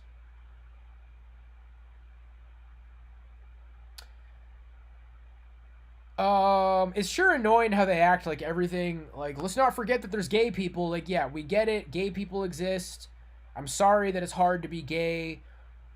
But, you know, primarily men are heterosexual. You gotta take into account that gay guys are a minority. So excuse us if we didn't, like, take into account gay people in this instance. You know, originally relationships were between men and women. I'm a Christian. The Bible says not to be gay. As far as I understand, it's still allowed. You're allowed to be a Christian. You're allowed to interpret the Bible for, you know, what it's saying. I feel like my responses to this is like I'm being gaslit. Like, this is an authority saying things that I don't like, and I have to, like, fight against this authority, and it's very problematic. These times that we live in are frustrating, to see the least. I mean, ultimately, the manosphere, MGTOW, red pill, black pill, this kind of represents like an uprising of men, and this article is the system smacking it down. That's all misogyny. That's all hate speech. They're not taking into account gay people. And it's like, if you think of it like a movie, the manosphere is the good guys.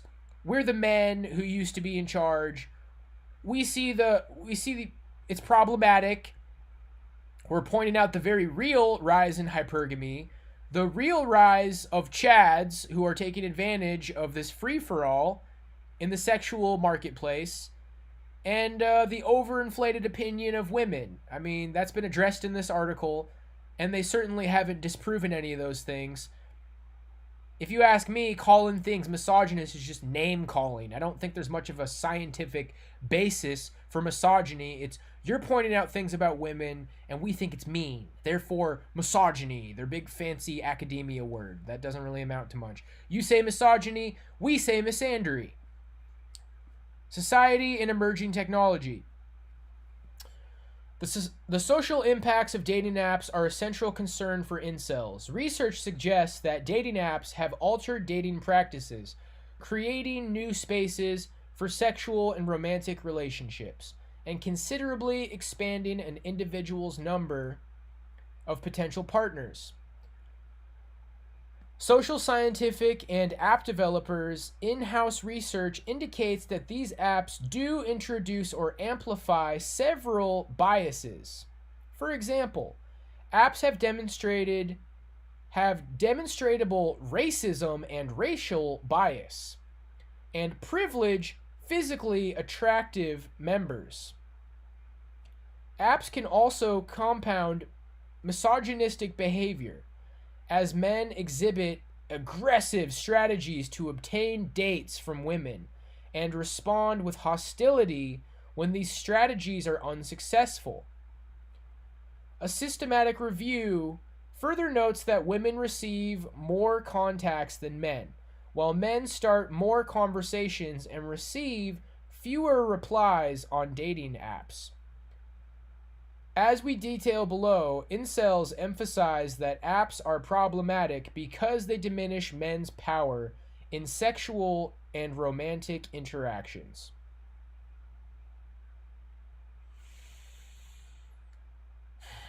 I mean, what are we supposed to do about it? You know, it's like society was one way, and then social media and dating apps were brought onto the scene, and now men are starting to observe this change.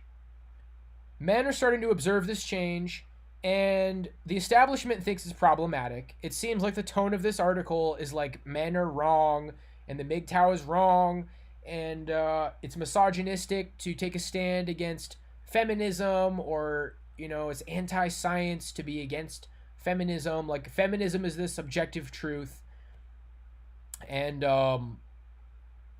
what are we supposed to do? I think what men want is to just throw it into the lava, you know? Like, throw it into Mordor and destroy it. Like, it's unnatural. It's harming the delicate balance of the socio-sexual hierarchy,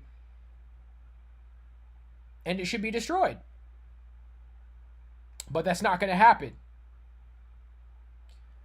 Social media platforms are changing how individuals interact and perceive themselves. For instance, research suggests Instagram, a photo-sharing platform, alters how individuals view and criticize their bodies in relation to the attention they do or do not receive. While both Facebook and Instagram exacerbate individuals' pursuit of peer validation and facilitate the release of personal information to impress and attract followers. Social media is often tied to bullying, with one study observing 9.76 million cases of bullying on Twitter over a 2-year period, which includes both cyberbullying and sharing videos of offline bullying.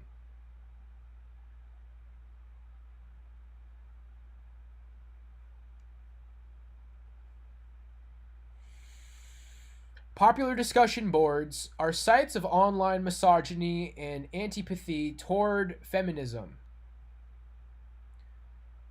Well, popular discussion boards are where a lot of people are. I mean, it's a popular discussion board. And they are sites of online antipathy toward feminism. I mean, what does that really say? Like, oh, it's problematic and they're misogynistic, but it's just a place where a lot of men are gathering and discussing what's on their mind. So it seems like when men are able to gather in a popular discussion place, they drift toward topics of anti-feminism. What is that really saying? who are you to just label it misogyny? I mean, that seems to be what a bulk of men think. And who are you to say that it's not okay for them to think that? The claims that men make about women on these sites have online and offline impacts on women. Well, I mean, dating sites, dating apps are having online and offline impacts on men. So it's okay for dating sites to have online and offline impacts on men, but it's not okay for the claims men are making about it to have offline and online impacts on women. There's a clear double standard here. Academia is just siding with women. Jane demonstrates that women encounter considerable gender-based cyber hate and often have little resource for reducing social media harassment, but men are being harassed for being incels online.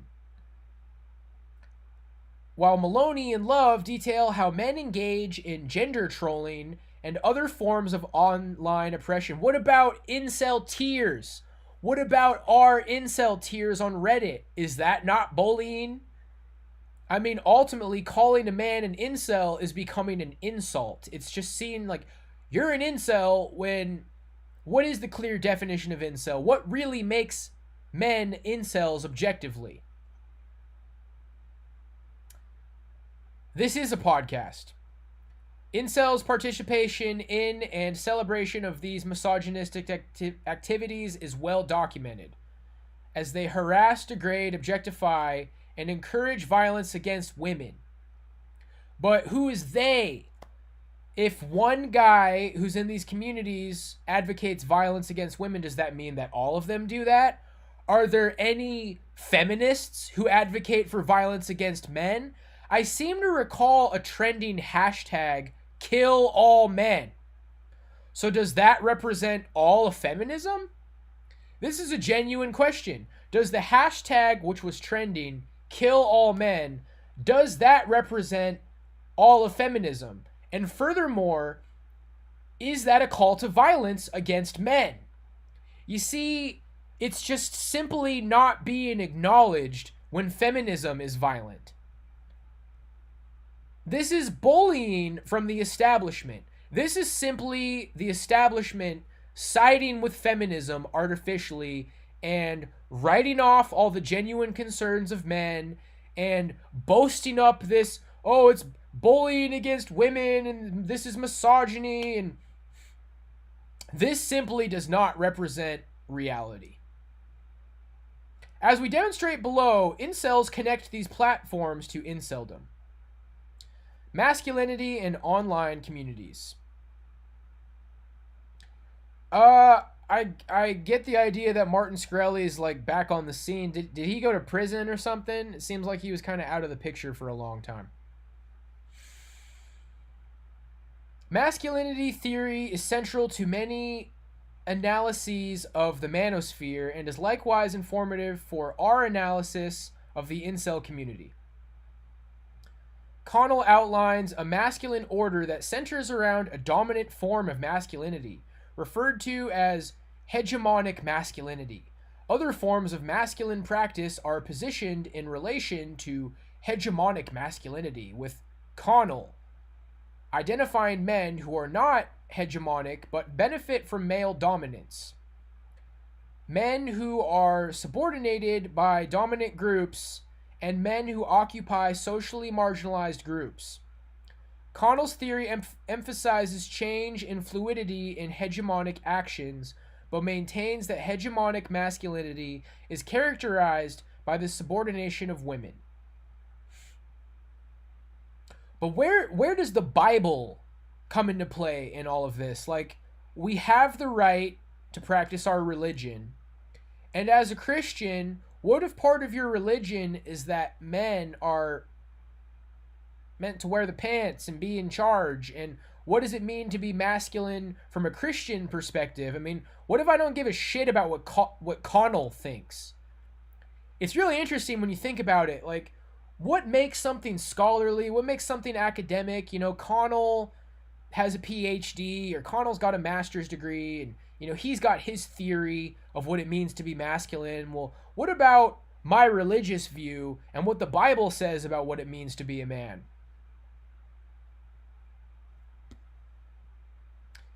Using Connell's theory to analyze Reddit's The Red Pill Forum, Van Valkenburg suggests that men display hegemonic behaviors while exchanging information about how to successfully seduce women.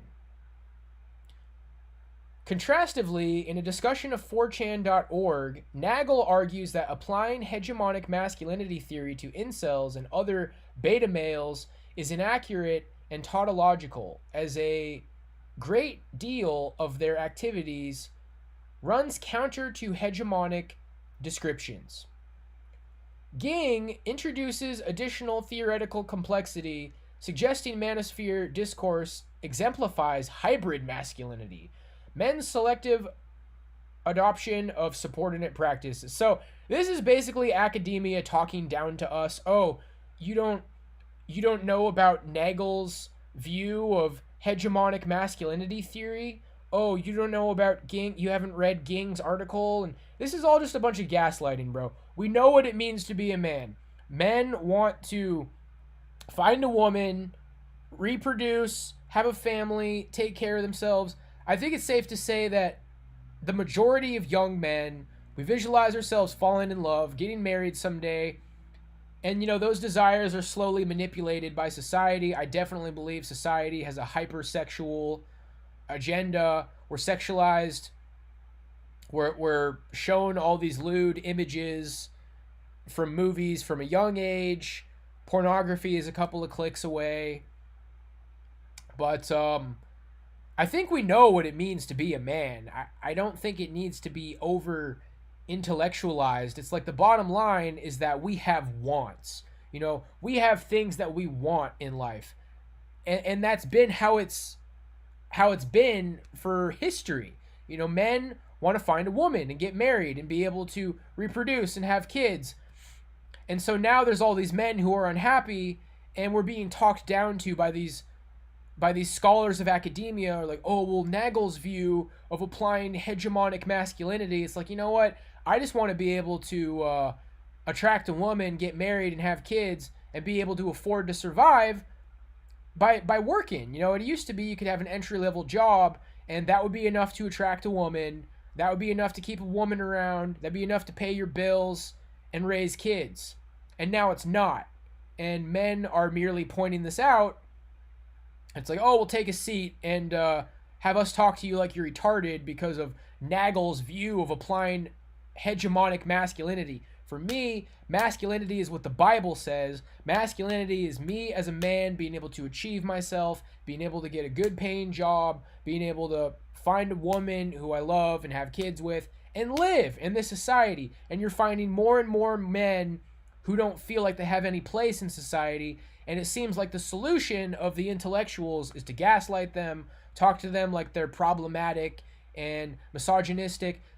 More or less, guys, academia is going to tell you why you're the problem. Like, we've pointed out problems. They're not going to help us with those problems. They're going to say, no, you're the problem. And it doesn't matter that things are changing. Yes, technology has changed society, or they're neither going to validate or discredit that. They're just going to focus on you pointing out how things are changing is problematic, and your view of masculinity is toxic. So these people are our enemy, and they are in seats of power. And at this point, I don't think you can climb to a seat of power like this. There's nobody combating this in the peer-reviewed academic milieu. You know, academia has become a echo chamber of far-left radicals with master's degrees and PhDs, because they're paving the way for universities to become more and more and more insufferable for men who don't see the world this way. So it's becoming an echo chamber.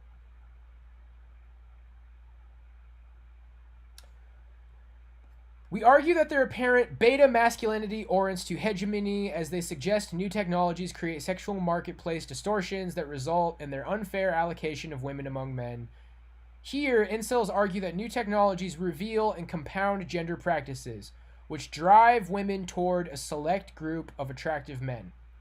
Incels do not participate in intimate relations with women, but their explanations for this issue allow them to hold fast to notions of male supremacy and participate in the denigration, humiliation, and subordination of women.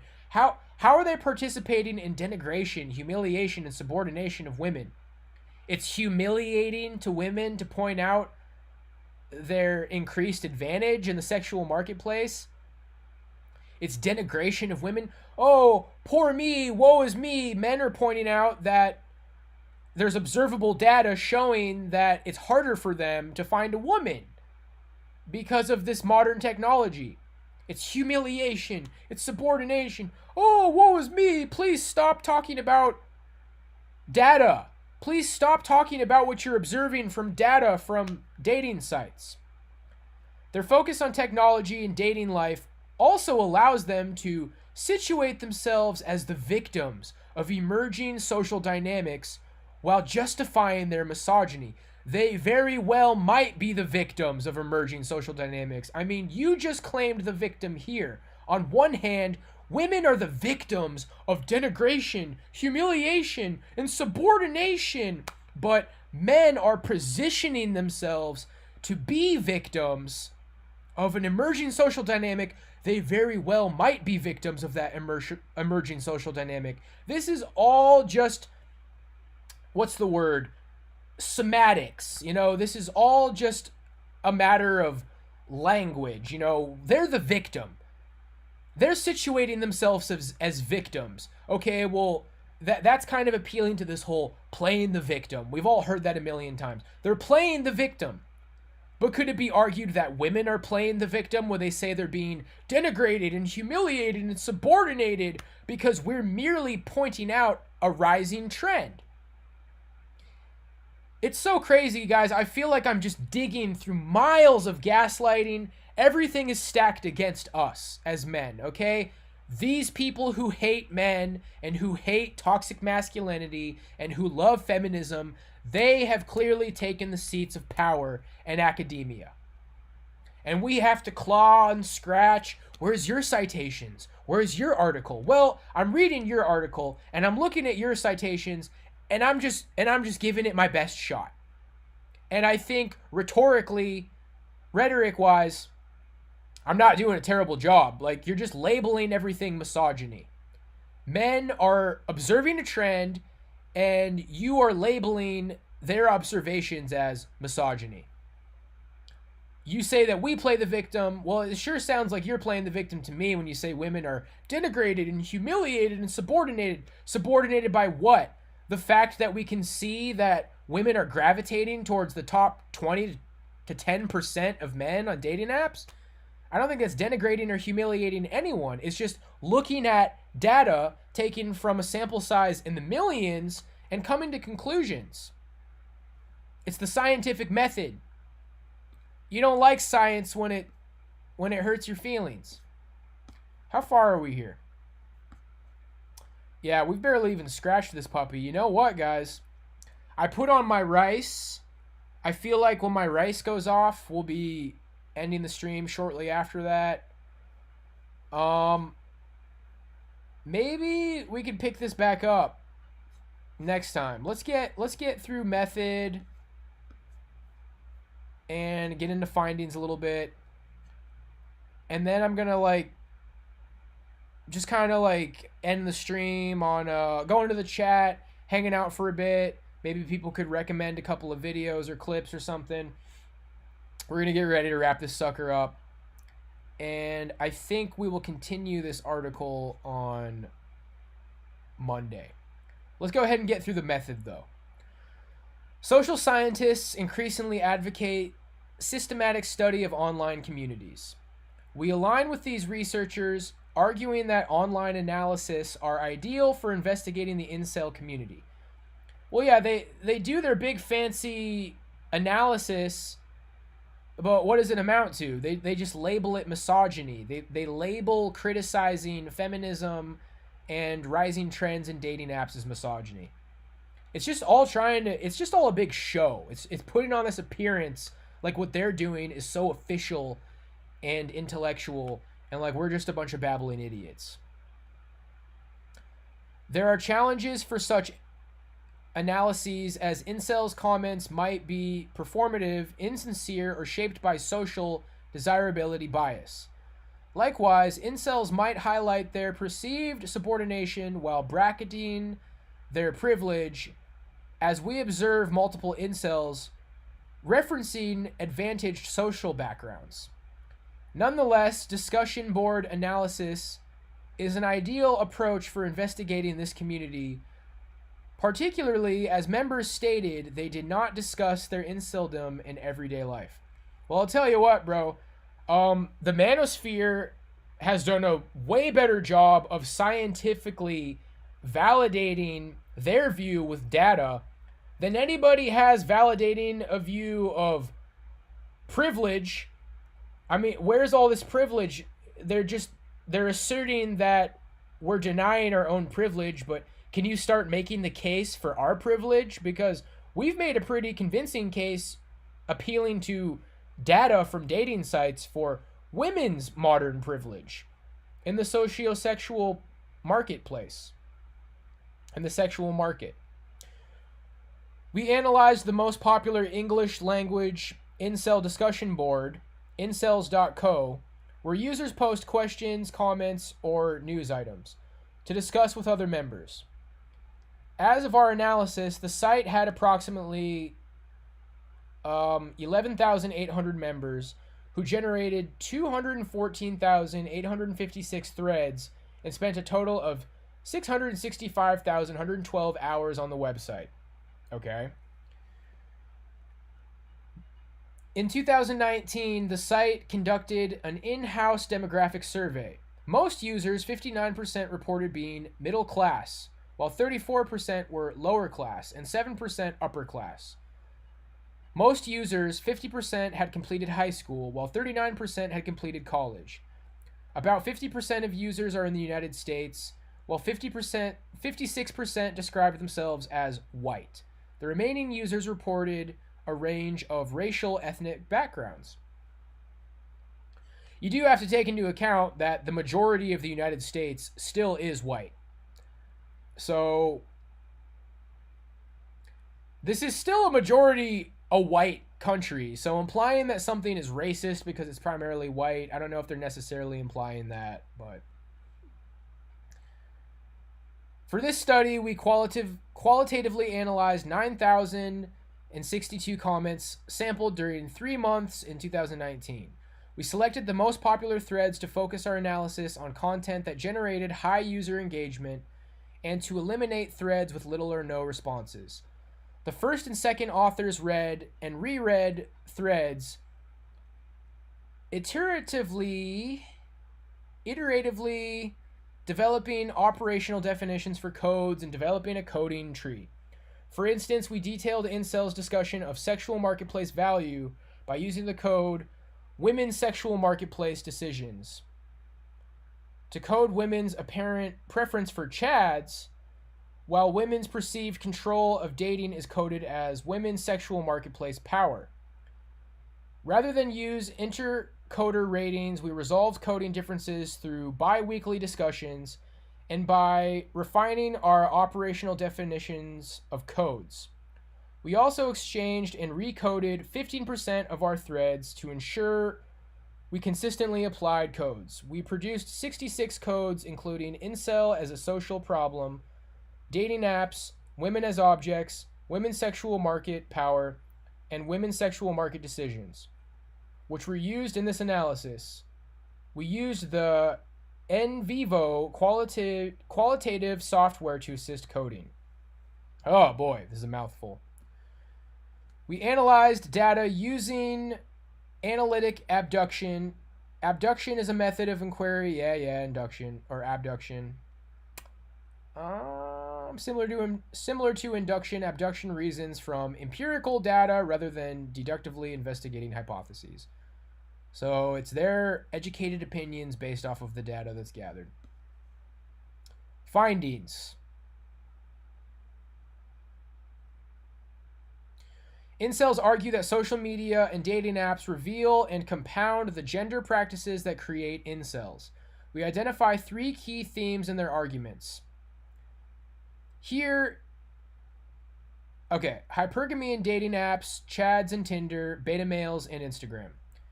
Here, incels depict women as commodities and discuss how new technologies produce sexual marketplace distortions. Ultimately, they assert that technology leads to an unfair allocation of sexual access to women among men. By focusing on technology, incels support male domination and legitimate their misogynistic discourse. Okay, that's enough of that article for today. Let's talk about women as a commodity. Are women a commodity? Well, what is it that drives men to work? How does capitalism work?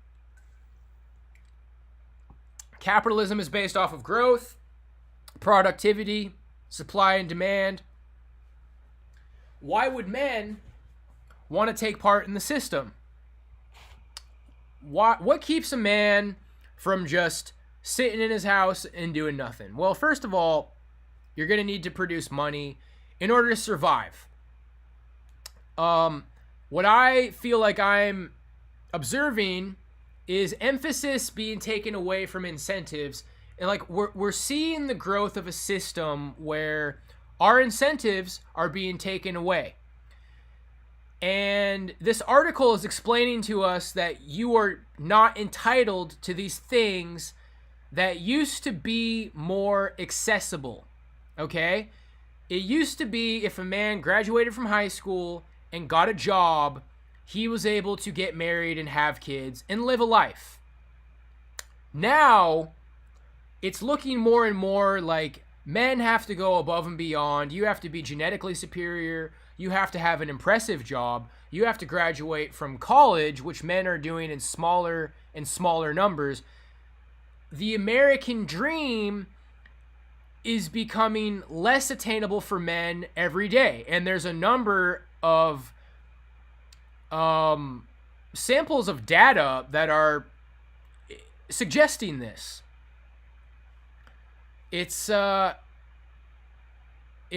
said a number of times, there really is data collected from sample sizes in the millions from various dating sites that is showing it is getting harder and harder and harder for men who fall below a certain threshold to have success with women. So it used to be men had an incentive to work because they could have a family and they could achieve the American dream. Now it's like if you don't work, you're going to starve to death. So your incentive at this point is to survive, which is not so much an incentive as it's looking more and more like slavery as time goes on, and it's all going to be misogyny. It's like, oh, you're humiliating women and you're saying that women are commodities. And what we're seeing, guys, is everything that we ever wanted is becoming unattainable.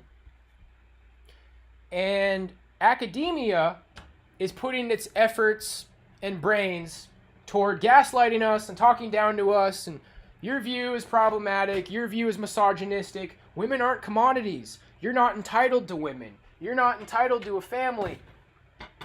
When the reality is that in our parents' generations and earlier generations, we didn't have these problems like we have today. People just got married. Like, yeah, there was always going to be men who failed, but the number of men who fail is rising. And it's being treated, we're being laughed at. It's no doubt that men are succeeding in smaller and smaller numbers. And they're just going to tell us that speaking out about it, having opinions on it is hate speech, misogynistic, viewing women as a commodity. Well, the reality is that men want to get a wife. Men want to have a partner. And that system used to work pretty well. Like, yeah, there was problems, there was divorce, and there's all kinds of people who talk about how their boomer parents' marriage was a nightmare and it gave them all kinds of problems dealing with broken homes and divorced families. But it just gets to a point where it's like they've opened this black hole from the dating app technology and they're not going to close it. And a lot of men, regular men, they say that popular message boards are cesspools of misogyny. Well, you want to write off what we're noticing as misogyny. But I think we just all see what's going on at this point. Like, society and women are working together. The establishment is working with women. And what's the what seems to be the end goal? I mean, if you ask me, it's the destruction. It's the destruction of what once was. They're coming for the values. They're coming for the Christian values. They're coming for the churches. They're coming for what we perceived this country was about. But if you really go back to it, this country was about libertarian values. And a lot of the founding fathers were definitely not Christian. So appealing to the founding fathers, I mean, more and more far leftists are telling you every day, like, this was never a Christian country. This was never your country.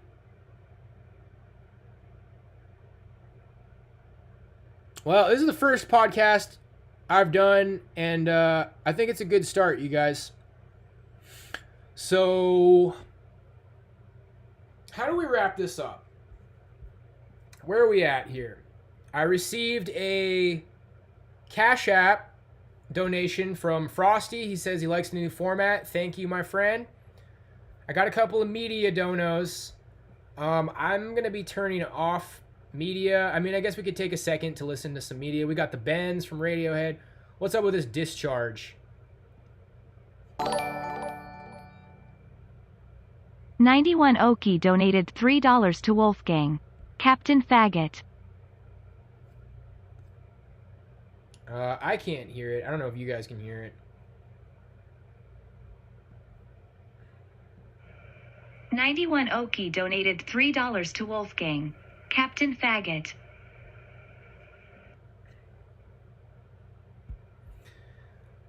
Yeah, I'm gonna have to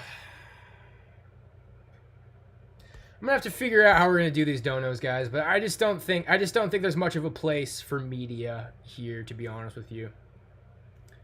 But yeah, I mean, basically, the incentive to donate on a podcast is it's going to be easier for me to hear your perspective. You know, if you donate a question, donate a point, donate a link, the incentive is for you to get more attention, for, you know, me to take extra attention to a topic that you're bringing up or a question you have.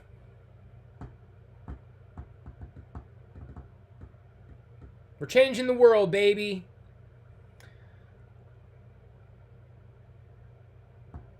I don't think it's compatible with what we're doing here. We don't need to be like listening to songs. I don't want to be getting copyright strikes and stuff. And well, that's the thing though. I don't really want to upload it. I just want to leave this like I just end the stream and then it is uploaded, you know? If I re-upload it, that's just kind of not ideal. If I had to do that, I could, but I don't really want to do that. So I'm going to think about it. I don't know. Like, did you guys hear media? Like, I couldn't hear the TTS. Like, it plays inside of the stream, so I can't hear it, if that makes any sense, but it's playing.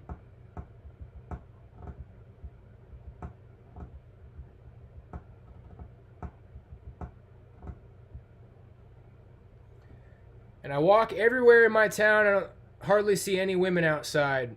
We don't need to be talking about deep philosophy while Ram Ranch plays in the background. Yeah, exactly. Exactly. Well, my rice is done, you guys. I'm a hungry man. All I've had today is a peanut butter and jelly sandwich.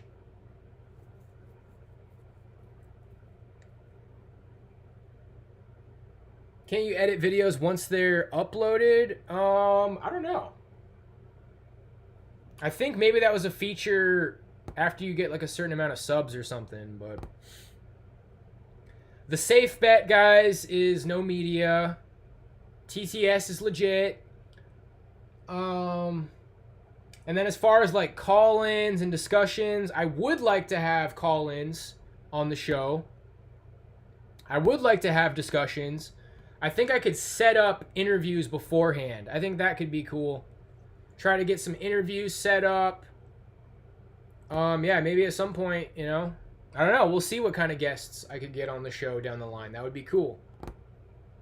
But for now, we're just gonna...